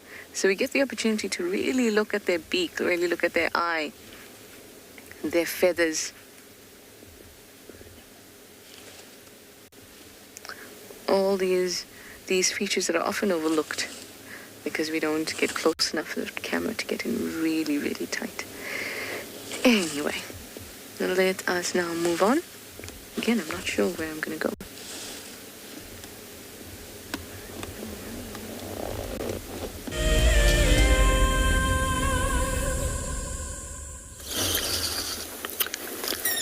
So we left the pair of the black-backed jackals. So now there is a visual of elephants on the far side. It looks like we just missed them drinking. Now they're trying to move away from this watering hole, treehouse dam. So what I'll do, I'll try to see if I go around, see them. So I'll try that.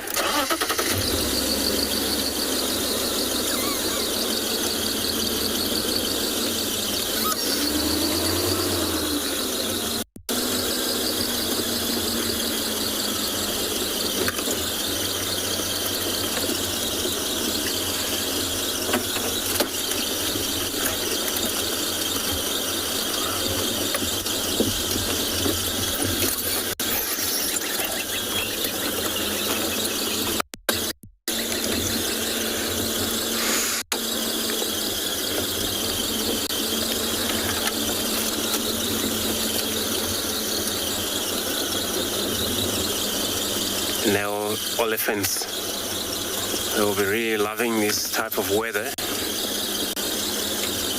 where it's not hot, but also it's not cold.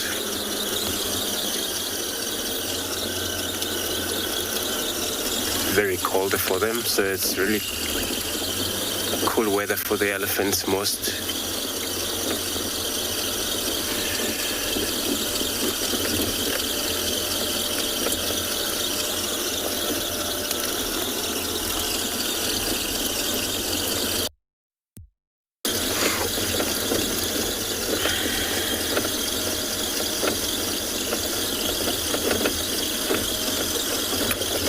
So I'm going to try and get a closer look at them.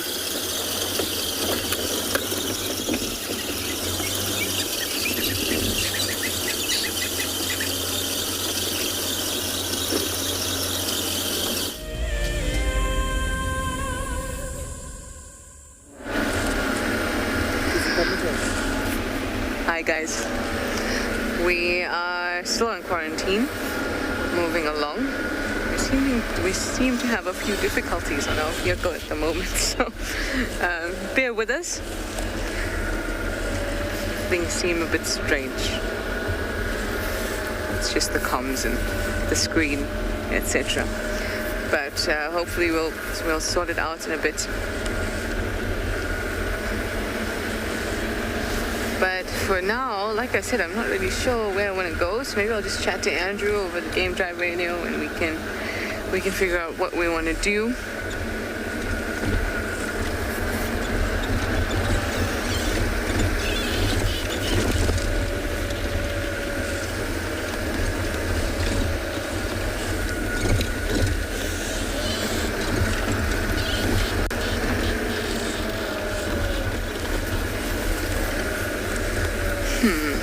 Well, I'll think about it. I'm going to send you over to Andrew now. Maybe you can ask him where he is, and then I'll talk to Andrew through you.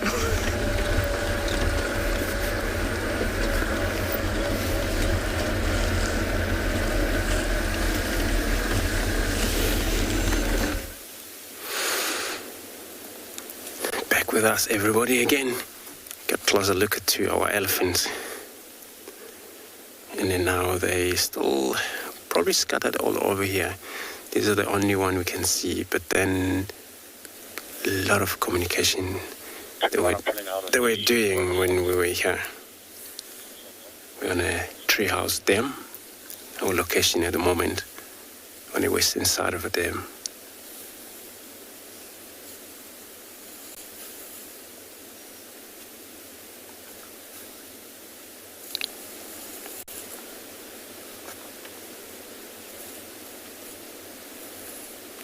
So one of the female right in front of us.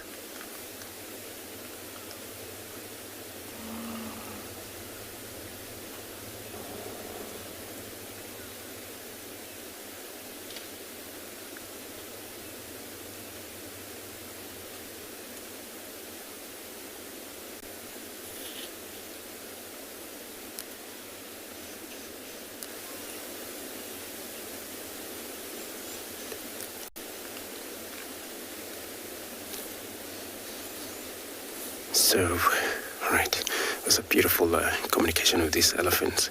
So, we're at the moment at Treehouse Dam on the western side of the dam with this beautiful herd of elephants, as you can hear them rumbling. It's all about communication happening here.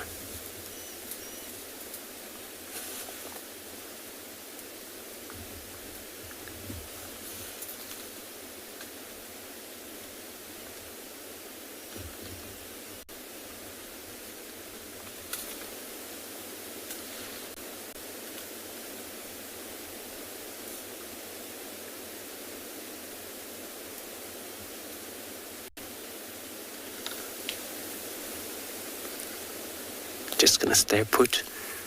Hopefully they would show up,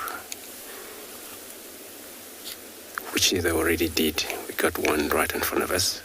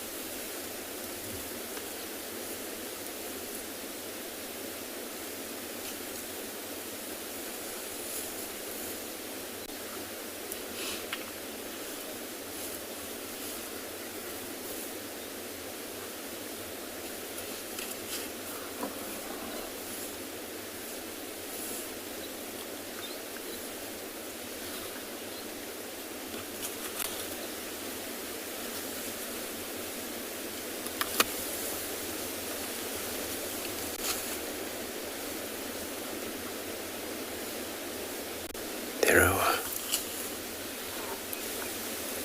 the youngsters coming up.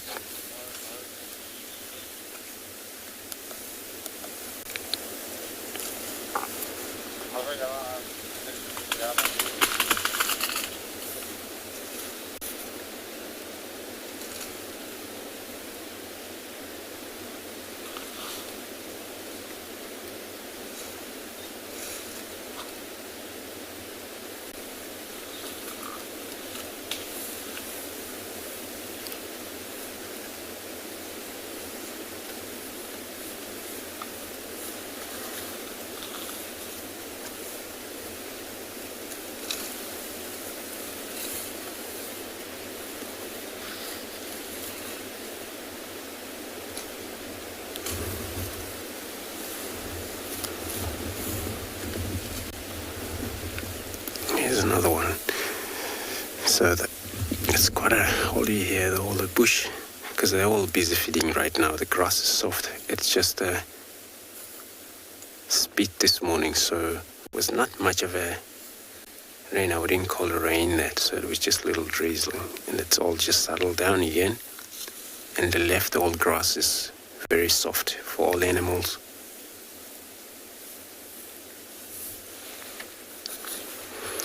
So I'm gonna drive slightly forward because there's more of them on our left-hand side.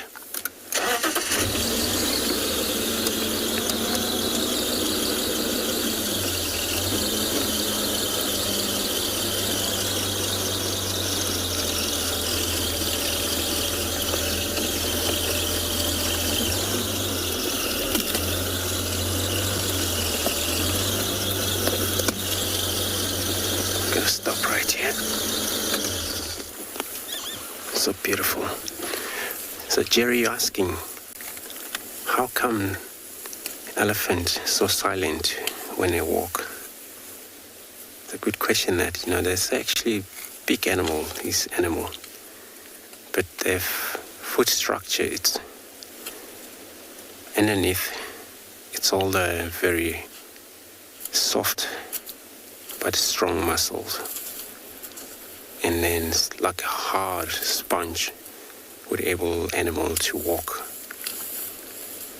silently, unheard.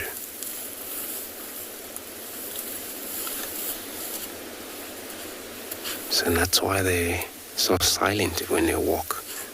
You hardly hear the footstep.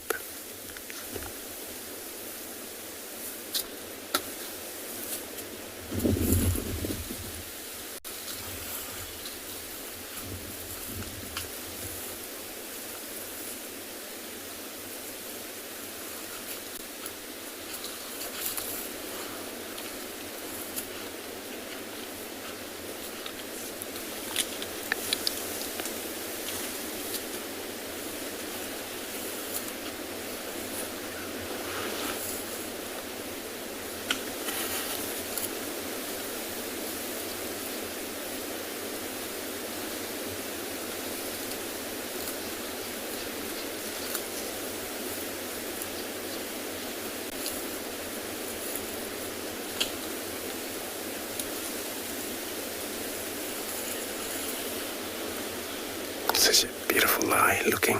It's one of the female here. So we're going to stay put with our beautiful herd of elephant.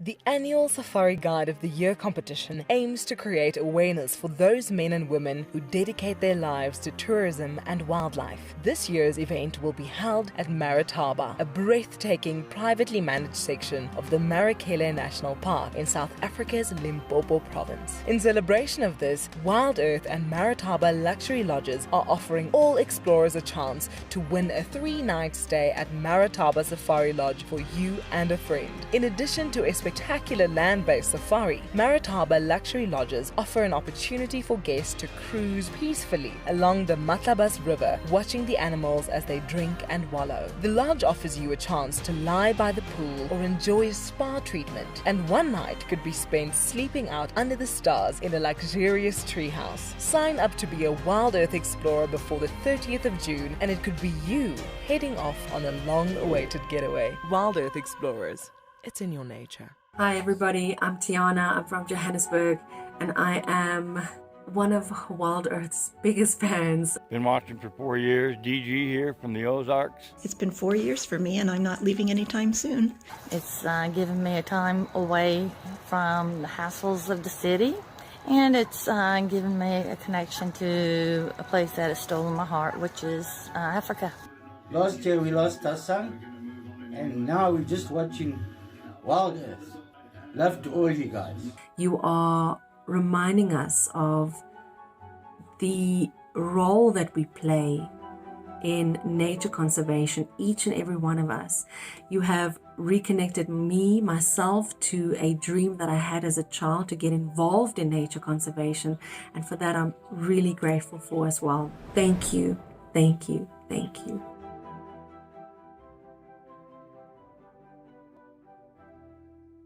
It's a huge privilege to be in these incredible places with these amazing animals. I love filming lions. When they do get up and do something, it's always spectacular. When they are playing, are incredibly fun to watch, especially subalterns and cubs. I love being in the bush and working in these incredible places with these amazing animals. We want to bring it to you so that you can almost feel like you're right there and be able to experience it and enjoy it the way we do.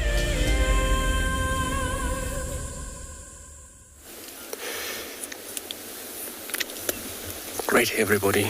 So we're still sitting put very much, and all you see right in front of us, it's all a group of elephants, which is so beautiful to see a number of them together like this.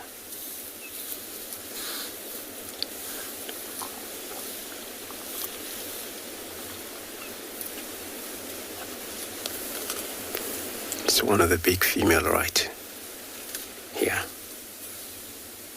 There's quite a lot of different age.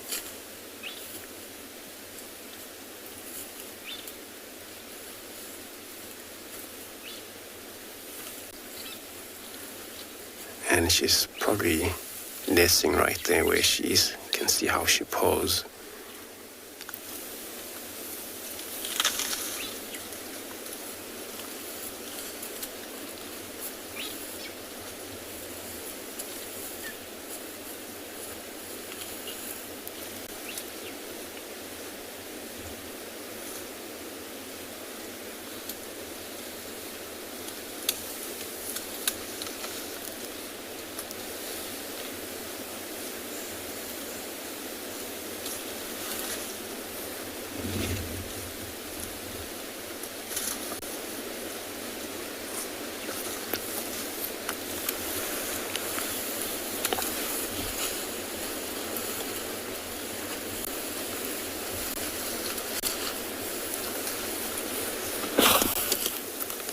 Oops.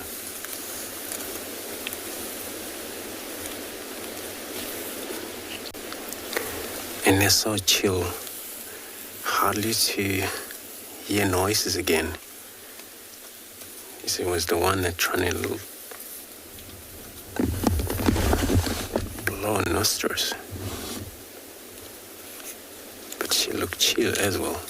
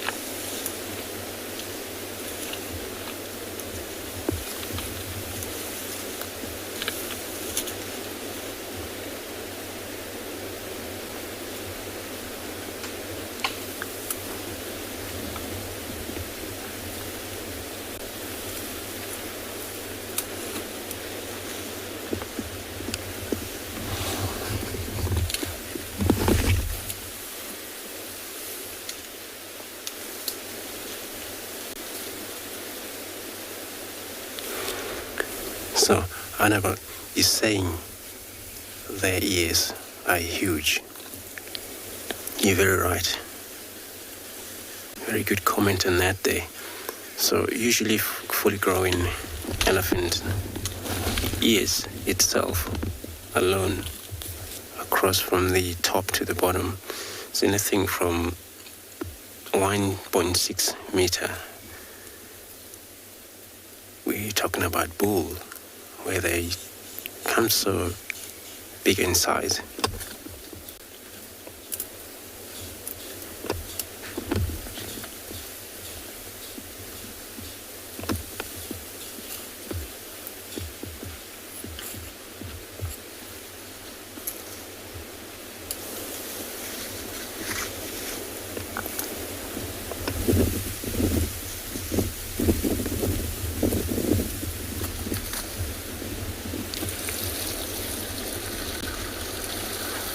Shoeholder buff room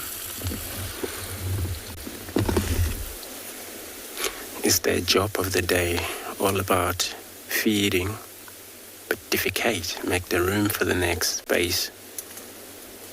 Food will find a room in their tummy as well.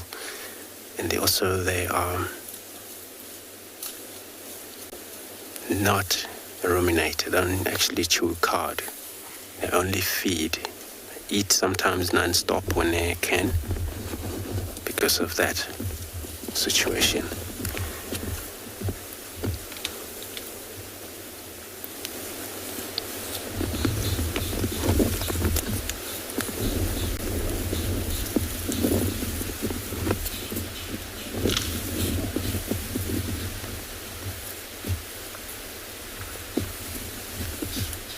This young one's going to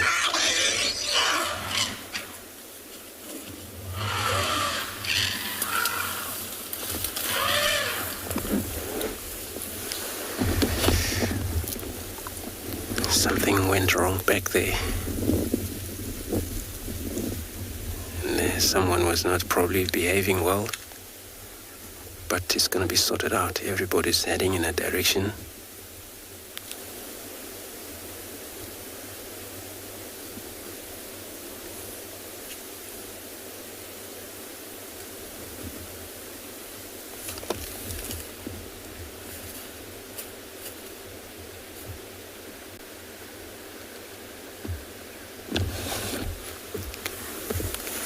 So we're gonna maybe try to move forward, keep up with them. So the whole herd here, the whole member control matriarch. It's a female. She's leading them, making sure they head in a good direction, finding food, waters, and that.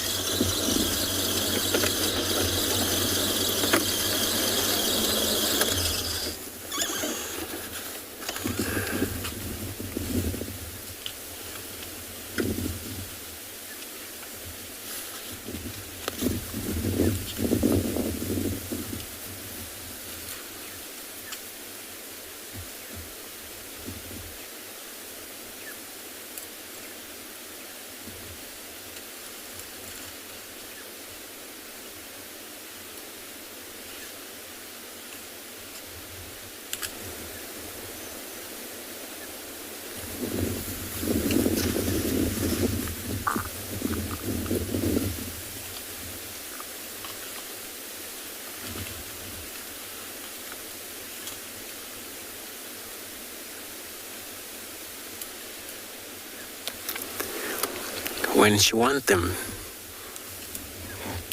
to be stationary,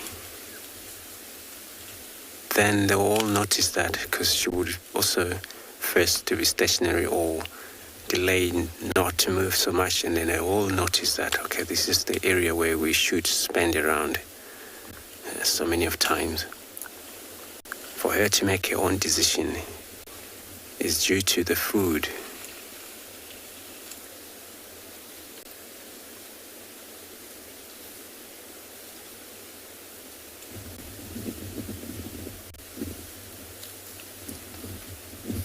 these two playing there very well on a rod. So Leopard Lover is asking if the matriarch would always sort out the situation of all misbehaving. Yes, she will. If she's not around, some of other,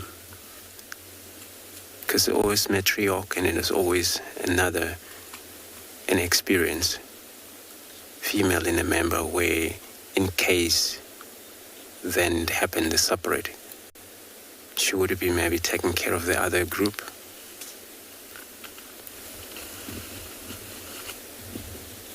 So yeah, she's the one sorting out all of his fight and all misbehavior.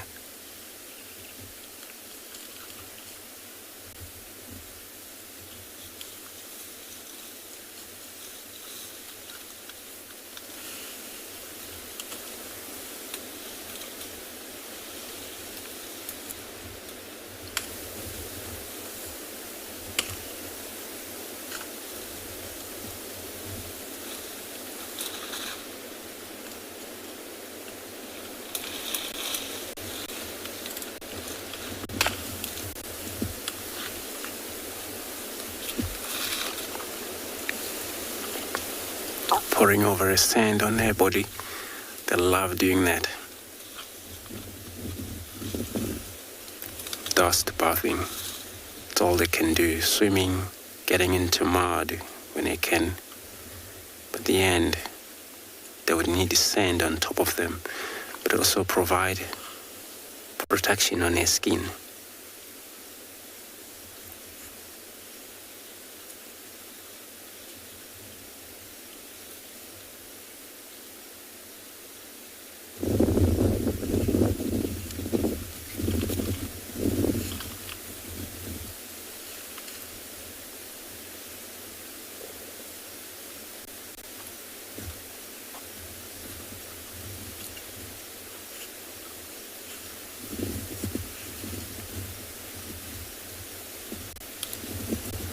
This little one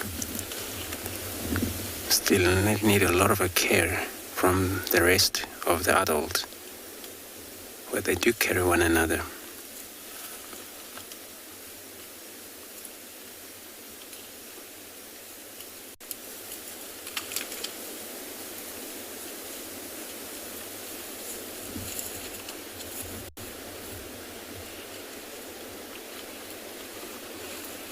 Now these teenagers of young male, that's why they find making a lot of noises because of these misbehavior of these young males. This is all the attitude.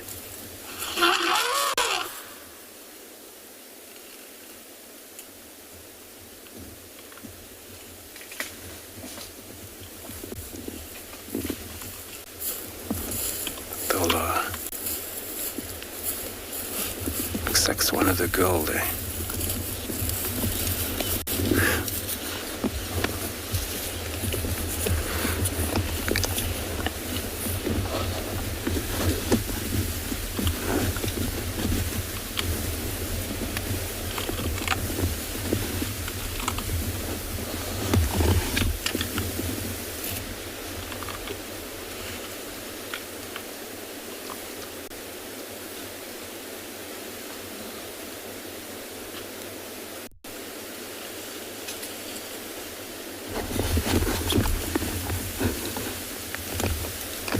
Here's also a young one.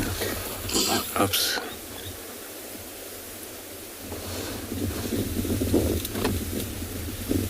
Hope you don't make your parents be angry with us.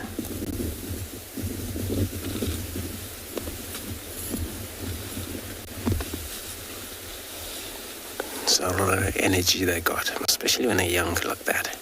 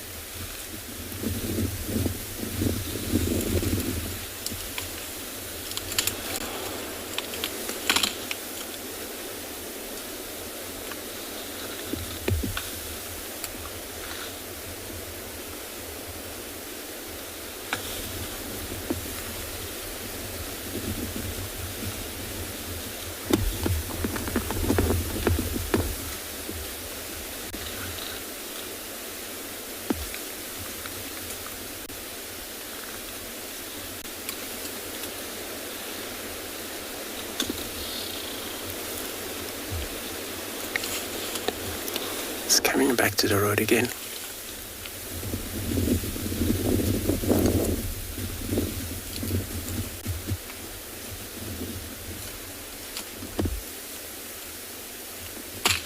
So the mother she's still in the wood. That's the one that's now breaking all the branches.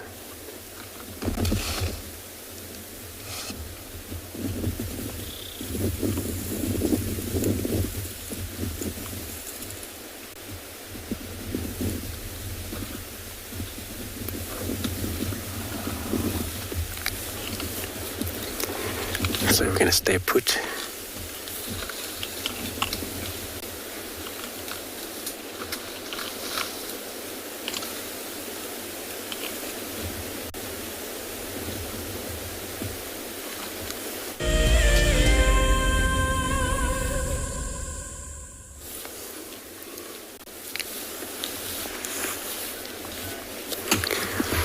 So most of them, they already have moved into the bush,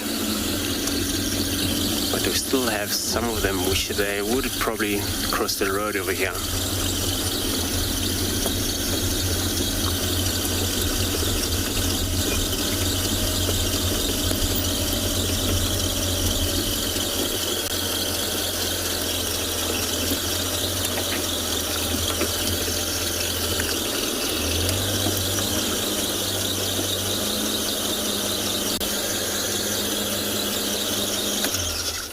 This is one of the remained of the other members, since the others already crossed the road to the eastern side of this road.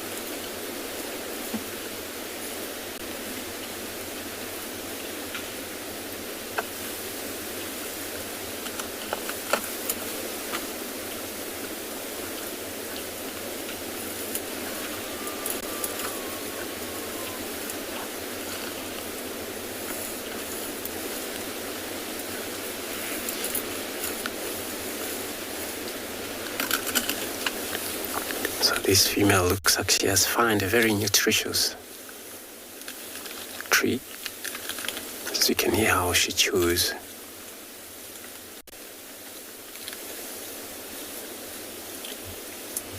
They have a very strong teeth, molars they have, to be able to crunch all the twigs.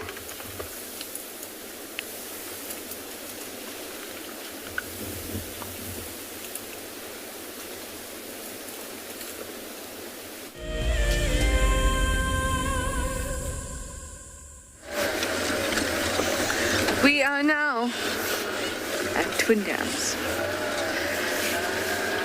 Just having a look around here. If anything is happening, never mind. We'll be driving swiftly past this vehicle stopped for their morning coffee around here. So we'll go to the east. We'll go into Ledwood Road.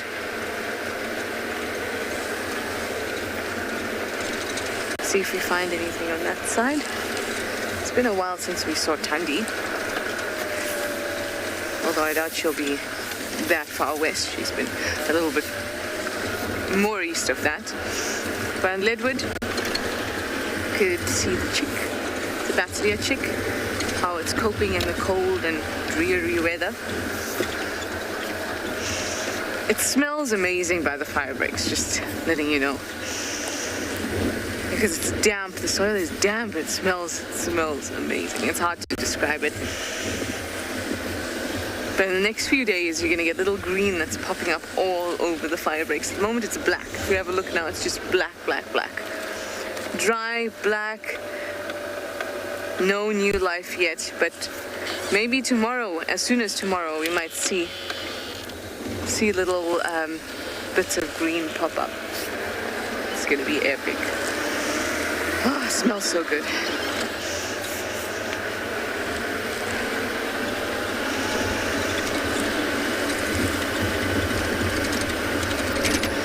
The rain seems to be getting us again. Hopefully it'll pass like it did when we were at the Lions. The Lions are now at still a full lock, but they're heading east on Central. So the fact that we're also heading east is probably a good thing. Maybe we might be able to meet with them at some point when there's a space in the lock.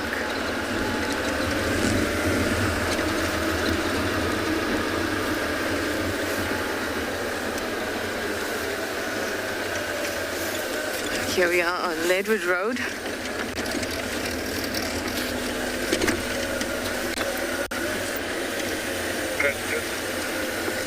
I'm gonna grab that question again from Frank. I didn't quite catch it.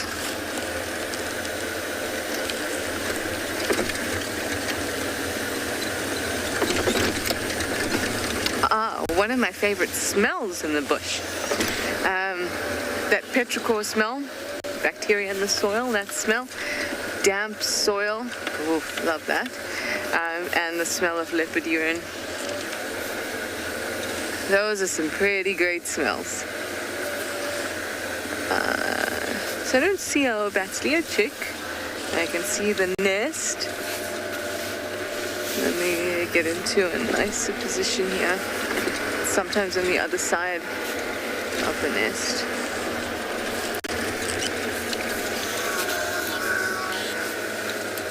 So Theo, just seeing the fork of the tree, the nest that's closest to, or the first one from the bottom up.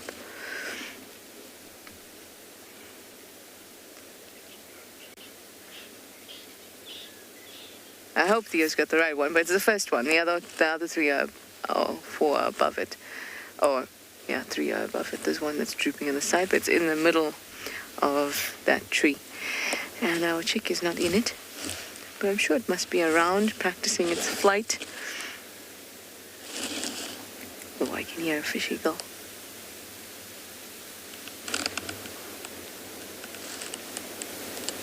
Oh, we'll come around and check on it every now and then. Like we've been checking on the owls, but I haven't been so lucky with them recently. So let's see. But also, because it's a difficult spot to broadcast from, we have to make sure we check quickly and then leave the area. So hopefully one of these days we'll get lucky. But for now, I'm going to send you over to Andrew and his elephants.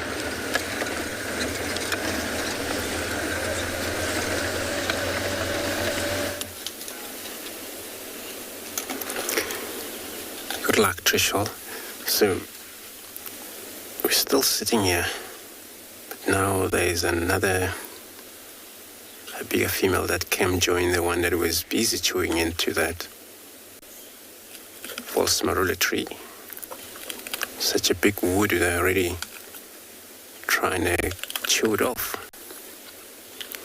Since they have very strong molar teeth, which were able to work on any of wood type out here. Fully grown elephants would finally had about 28 number of molars.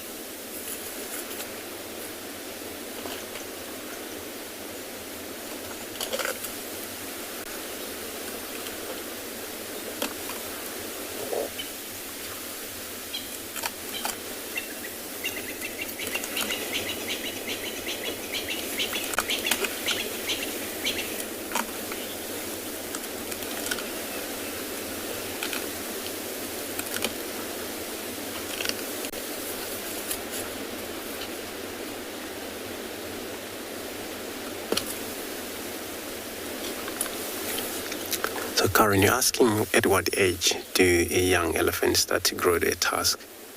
Usually, they would start to grow their tusk when they're age of at least a year or more than a year old. And the tusk started to come out. Or already showing off, just slightly.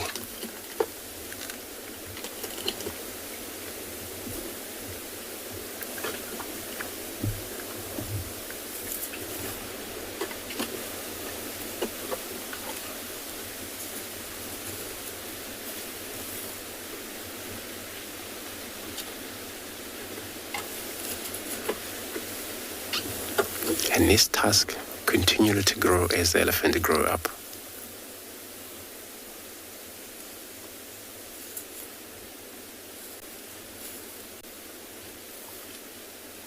And they become prominent weapon, but very prehensile, useful tool. They use them for feed. Look at these two.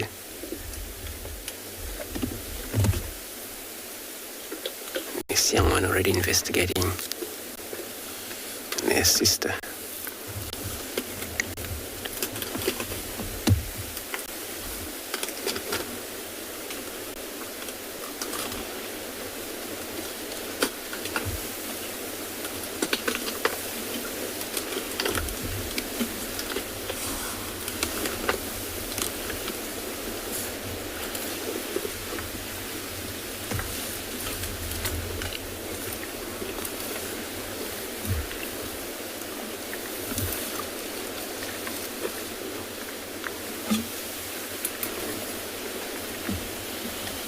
And this young one is less than a year.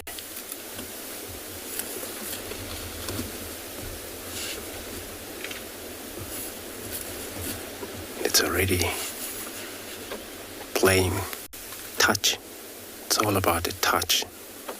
All animals have that kind of touch communication, touch each other.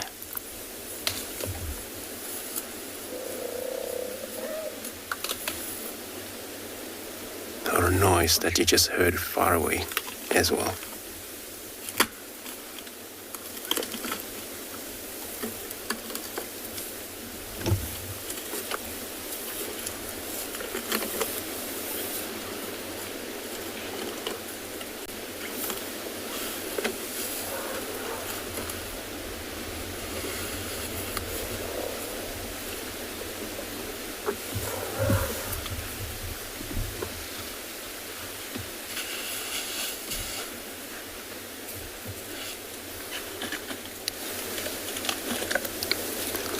So can't have it better than this.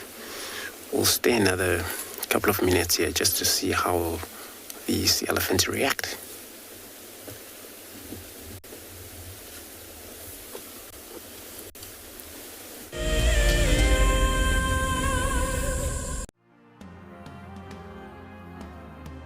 This is Jake Whitener, all the way from the US, and he is a holder of the Ticket to Dream.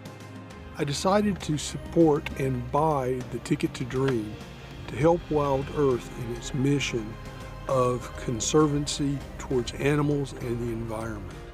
If you want to go on safari with a Wild Earth guide, whilst honing your bush knowledge and of course featuring in one of our shows, then head over to our website. And I would highly recommend that people would be involved in that program. Sign up to be a Wild Earth explorer and you could be making your first ever on-screen appearance. Ever since I was able to get the Ticket to Dream, I've been looking forward to coming on this drive. It is an absolutely fabulous experience and it's great. The Mara Triangle is a jewel in the Kenyan conservation crown, and thanks to the dedication of the Mara Conservancy, it thrives as one of Earth's greatest national treasures. We have been experiencing a reduction in the wire snails that we collect on a monthly basis, and this is basically attributed to our intense patrols. Over the years, this courageous team of anti-poachers has reduced poaching to almost zero. Mimi naitwa Stephen Olereso. Nimefanya kazi miaka 16 sasa. Kuanzia miaka 2002. Hao wanadamu ni wenye utua sana inaogofya ni wale wenye wanaenda kama ndovu. Wanatumia kama bunduki. Sasa hiyo ndio huwa inakuanga hatari sana kwa sisi. As a result of the global pandemic and the massive reduction in tourist revenue, the Mara Triangle is facing a financial crisis. They need your help if they are to continue their ability to protect this magical land. My name is Steve, and one of my favorite things at Wild Earth is getting questions from you. The type of questions that I really like are those ones that really help us to unpack and understand and really integrate the ecological knowledge and fully appreciate the importance that animals such as these Cape buffalo bring to the ecosystem. If you want to ask a question on Wild Earth, you're going to have to register on the website. But once registered, just head on over to the live safari page and enter your question under the live feed.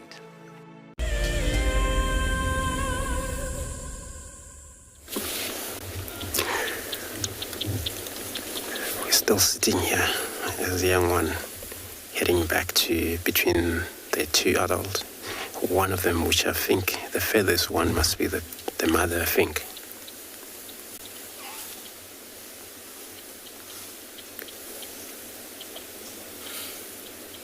But it was actually great to spend time with them here. So I know when this one crossed the road to the left, to the east, and they will be vanished into the wood.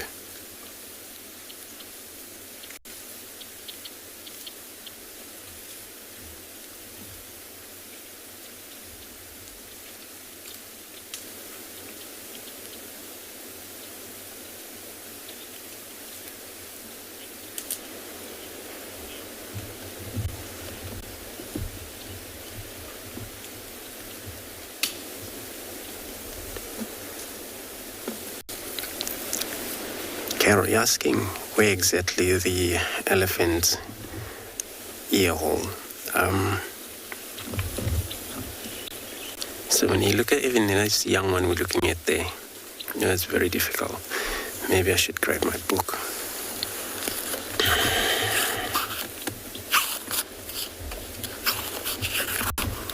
See if I can be able to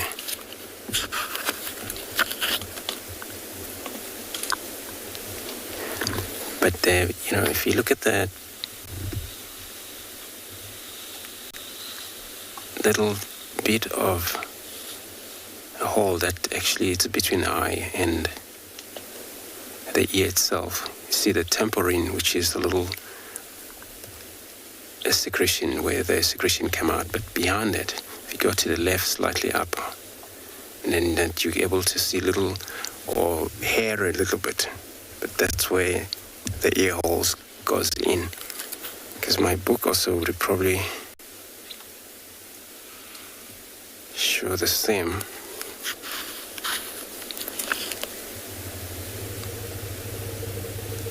So you cannot really see it straight away because it's got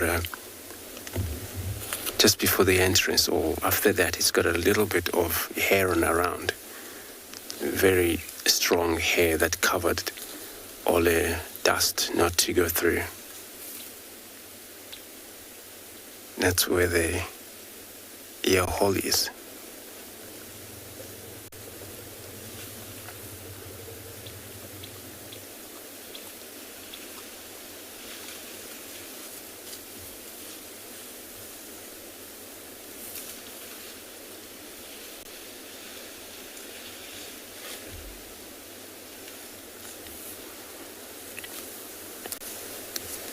So I'm not sure whether the one we're looking at now, it's a matriarch or not in this group. Because so many of them making noises far away is part of the group, I guess. So if the matriarch not here, it happened that the second leader, it's here. But then we'll see, because if they ever come back to these two, one of them, then it's a second leader.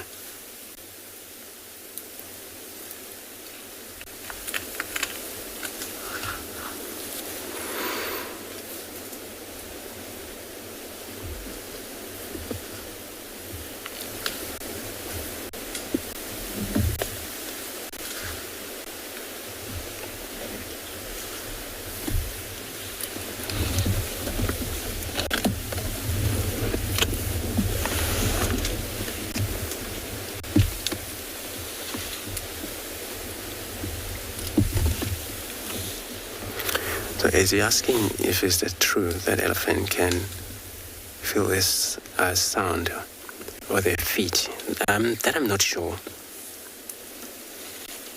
I'm gonna probably double check that to get understanding around it.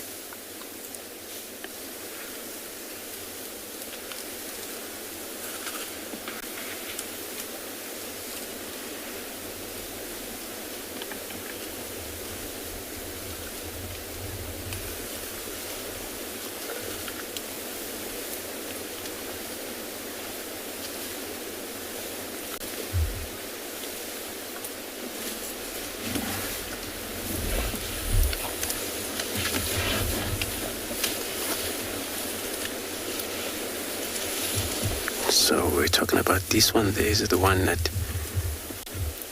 already crossed the road, but seems to be now returning back to the same area.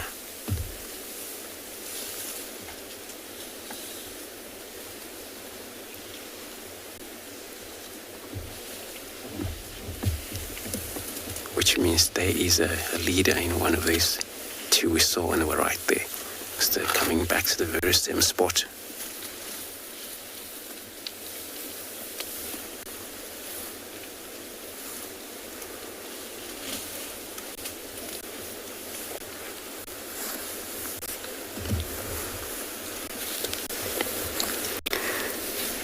So we're going to stay put. We'll be sending it across to Tswalu to give everybody an update.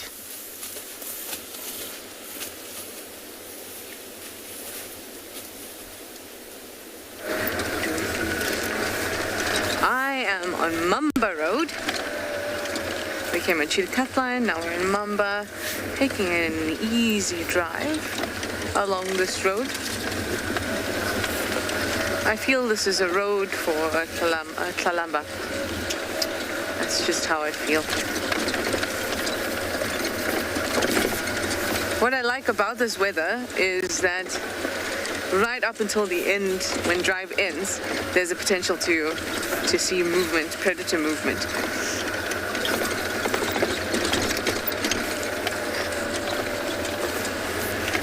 Unfortunately, I was also thinking about a chameleon.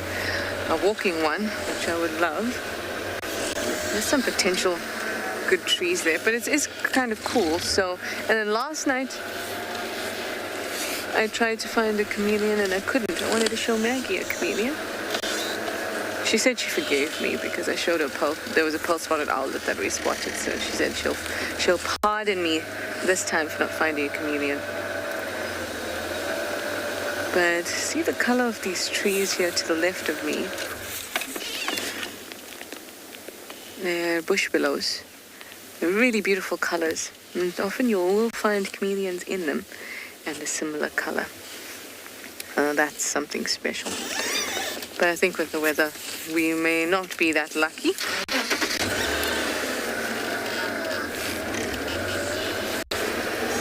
But hey, let's just see what we find. I'm really open to anything for these last few minutes. Oh, what, like 25 minutes or so of drive, I think? I'll be happy with any creature.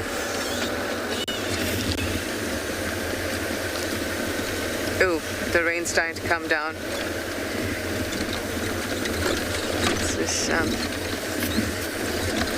It's not terribly pleasant, but at least this road will bring us back to the central portions of Djuma. That's not too far from camp if we need.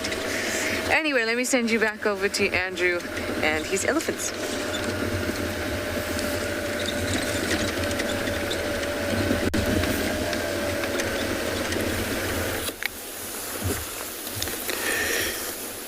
Good idea, Tswalu. It's a drizzling morning here. It's also starting, but not really bad. I think I can see from where she is in that direction. It's very much foggy, so it's probably spitting slightly harder than here. It's probably coming our way as well. But we got this herd of elephants still with us.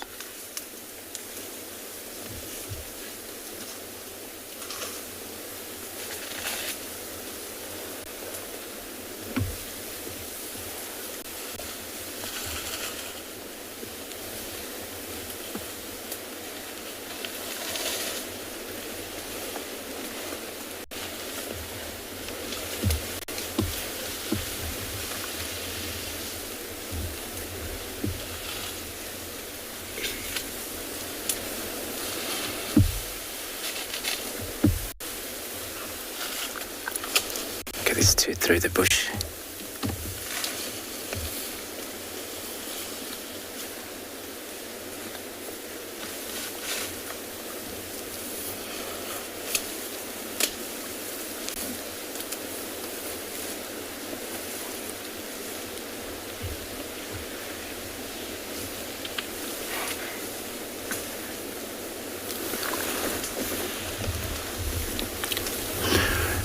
Horse Lavi asking what bigger herd of elephants have I ever seen around here. Yes, I only remember a while ago we counted about 40 elephants, and then that day I only remember it was not actually even controlled sighting, as we know everybody that on a sighting occupied by 3 vehicles.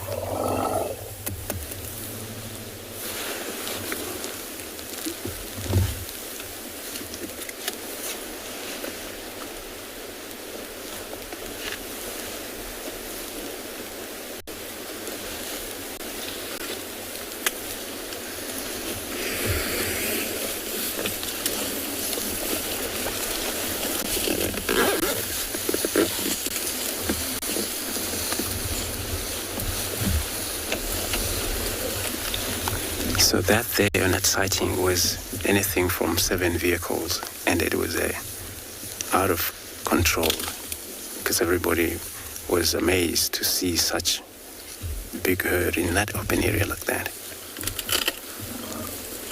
So it was around 40 elephants that I saw.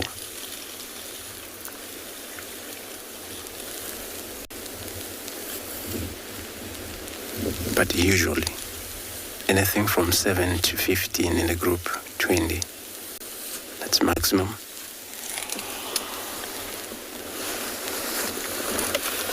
It's starting to spit as well, so I'm trying to see if we can cover something that may get wet.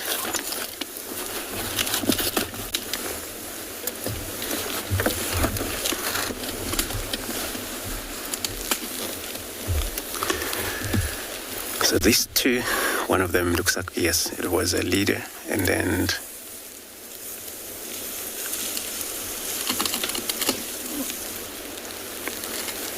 looks like they're gonna go that way, where she's heading right now. It's pouring here.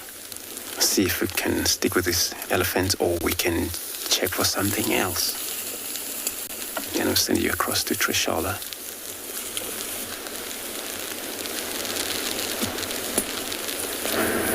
I have covered up most of our equipment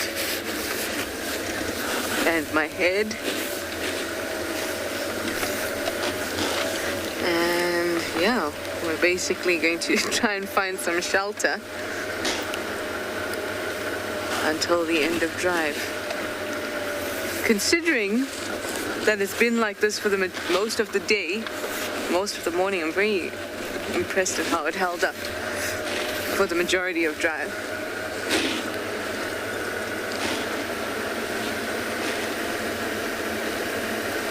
But it is not pleasant. The water is now dripping off of my face. My poor blankie is soaked. But we had a good one, didn't we? Oh, okay. This is getting a bit hectic. Okay, guys, I don't think I'll turn around to look at you for the last time. So I'm gonna keep my hood over my face and just drive.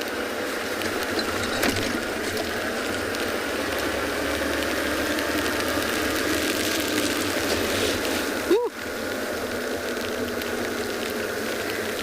Okay. I might just check. I'll take a quick glance at Chile Pan here, and then we're gonna go to camp.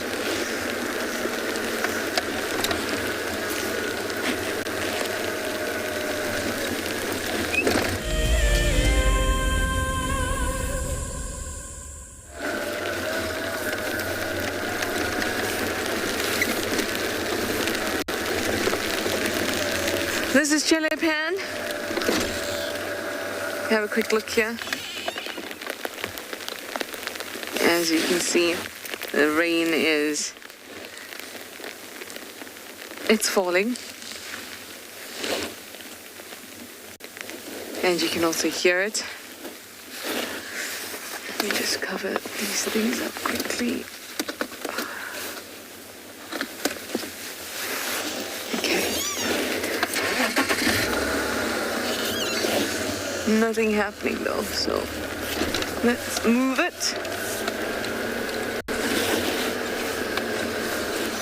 Whew, I'm really glad I took, I'm really glad I took my rain jacket today, although it's acting like blinkers, so my peripheral vision is poor.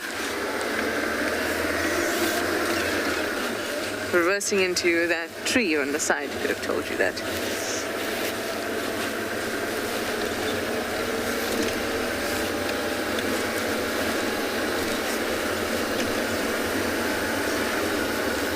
Well, at least we just have a little few minutes left of drive before we have to, or before we get to go home and be dry. And let's hope that this afternoon promises slightly better weather.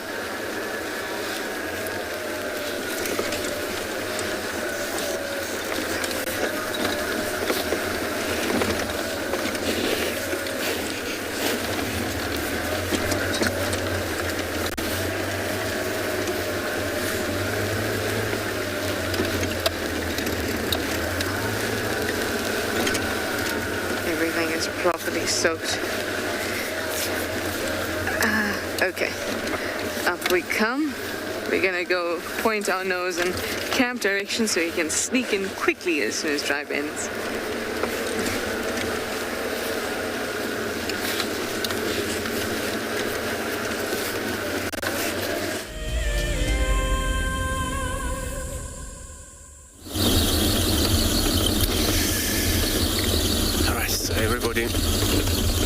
We have to move out. It's pouring, a little bit pouring here as well, so the elephants have a thick drainage line, so we're taking this road to see if maybe there's more of them around in this road.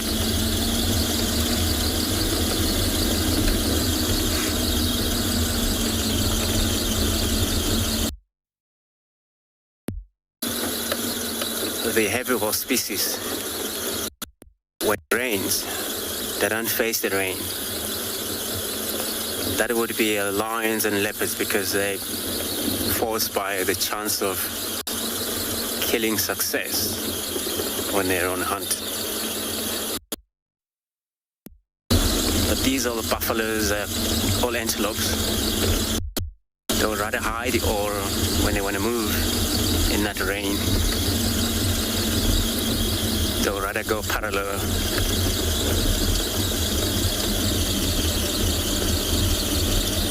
So they don't get their face wet.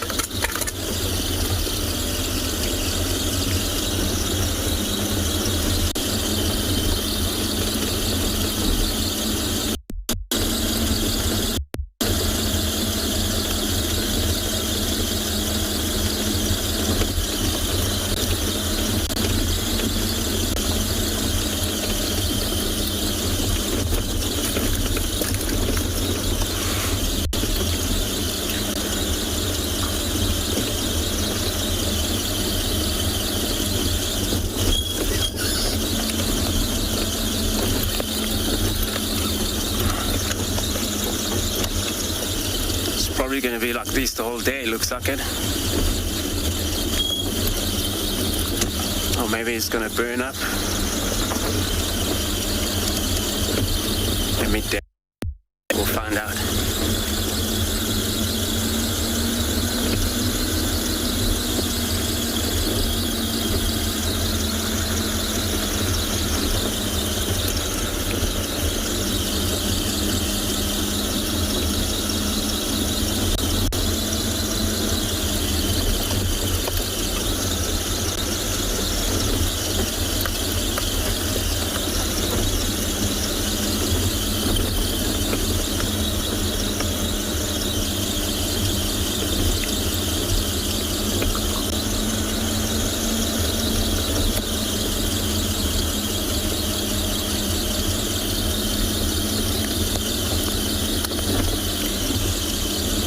let's try.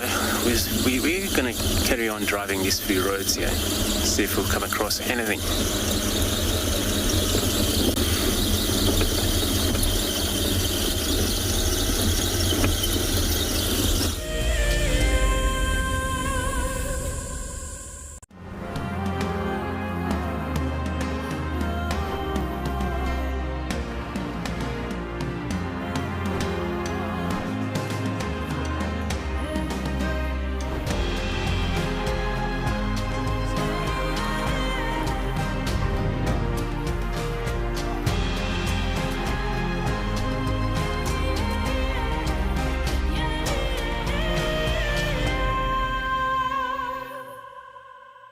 The Endangered Wildlife Trust fights at the forefront of conservation, across the vast Karoo and sweeping grasslands, in remote pockets of forest, along road networks, across African skies, and in communities to conserve our wildlife and wild spaces.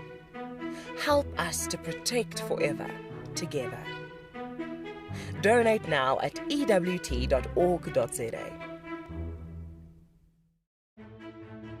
Hi everyone, my name's Daniel Fisher and I'm going to be your guide this afternoon. I'm looking really forward to taking you through and showing you all the beautiful places here at and beyond Ngala.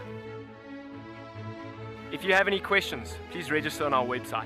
Once registered, go to the live page feed and post your questions underneath the live feed. Join me on my next safari through and beyond Ngala on Wild Earth.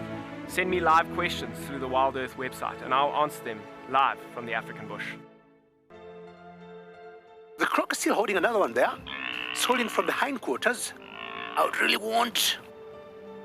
The wildebeest cross is trying. The croc is holding the tail. It's holding tight. Oh no. Goodness me. Lucky, lucky wildebeest. You have another day to live. Expect the unexpected here on Wild Earth, daily. Hello, I'm Marna, your Wild Earth Safari Guide from and beyond Ngala. What's my favorite animal? Definitely elephants, and in particular, an elephant bull, an old elephant bull. I think the sheer size partnered with their experience because they grow so old.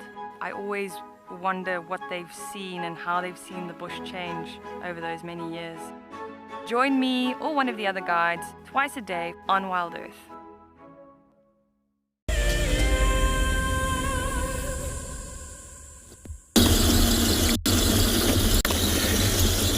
Still on Bumble. And gonna go to open area there. Probably quarantine. I go to one of the open area there. Maybe an antelope that might stick around in that area.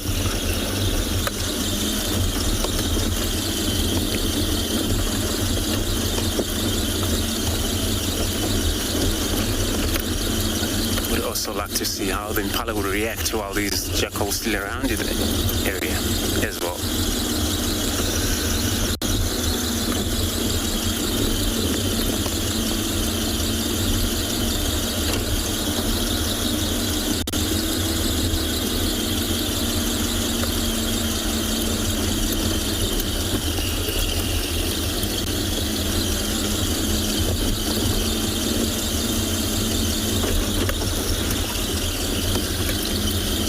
It is raining too as well.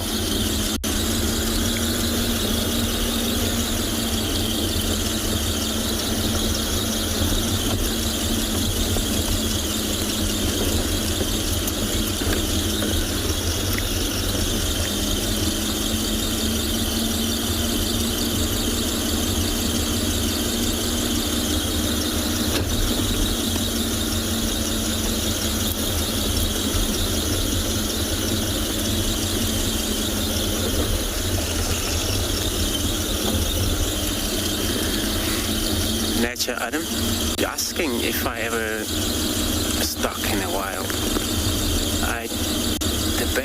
Badly stuck was only once. And I say badly was because it was a night time and there was all of this rain, heavy rain. But yeah, I managed to get out of that, but this was the worst stuck I ever had a while ago.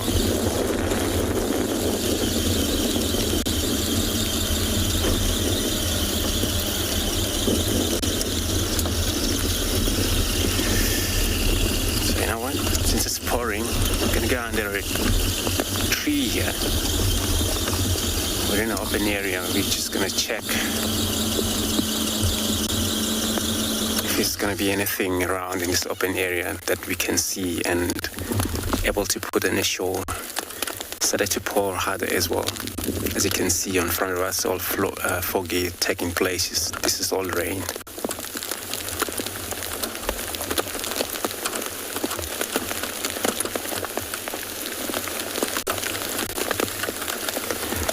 So stacking without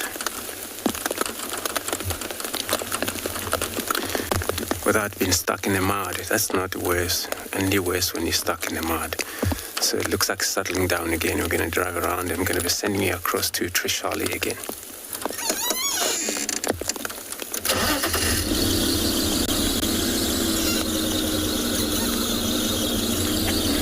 Oh yes, stuck in the mud is pretty bad. Here we're on quarantine, these jackals, so lovely. Andrew was just asking what they'd be doing in the rain. Here we go, curled up in little jackal balls. Yes, that is a term. It's one of my own creating. Little jackal balls, very tightly rounded like that. Keep themselves nice and warm. The rain it's well and truly here. So I'm very thankful that the end of the show is upon us. So we can go back to camp and warm up. We've really had a wonderful show. We've had some elephants, the telemati, and moving around quite a lot, and these beautiful jackals, and a splattering of other little things as well. So it's been a goodie, considering it was just Andrew and I out this morning. It's really been a goodie. Now, if I were these jackals, I'd curl up perhaps a little bit further under a tree and maybe near a termite mound so they could have their own little heater like I do.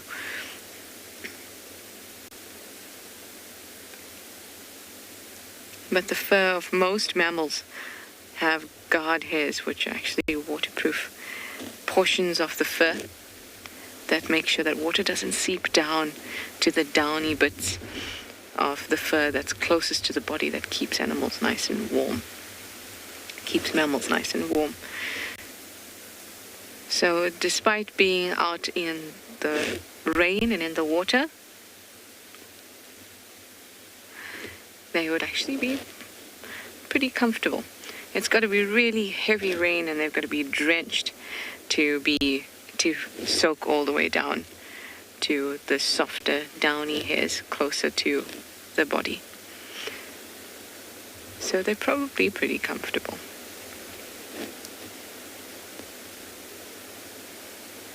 Oh, they're so cool. Jackals really are. I hope to see Mr. Side-striped jackal at some point again.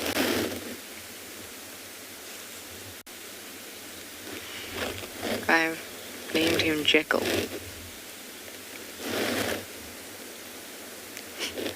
Actually, I think I'll only bestow a name upon him if we actually find him a couple more times and become familiar with him. But this pair is a pair of black-backed jackals that we have actually been seeing a lot further down, closer to Philemon's cut line. So it's nice, and up on here in quarantine, but since I've been back, I haven't seen them in quarantine. So this is a treat. It's a treat to have seen 3 jackals in the last, however long I've been here, a week. That really is a treat. Sometimes, we go months without seeing a jackal at all. So we've been really, really lucky these last couple days. Sightings have been great. And as always, best part about it, to share these sightings with you all.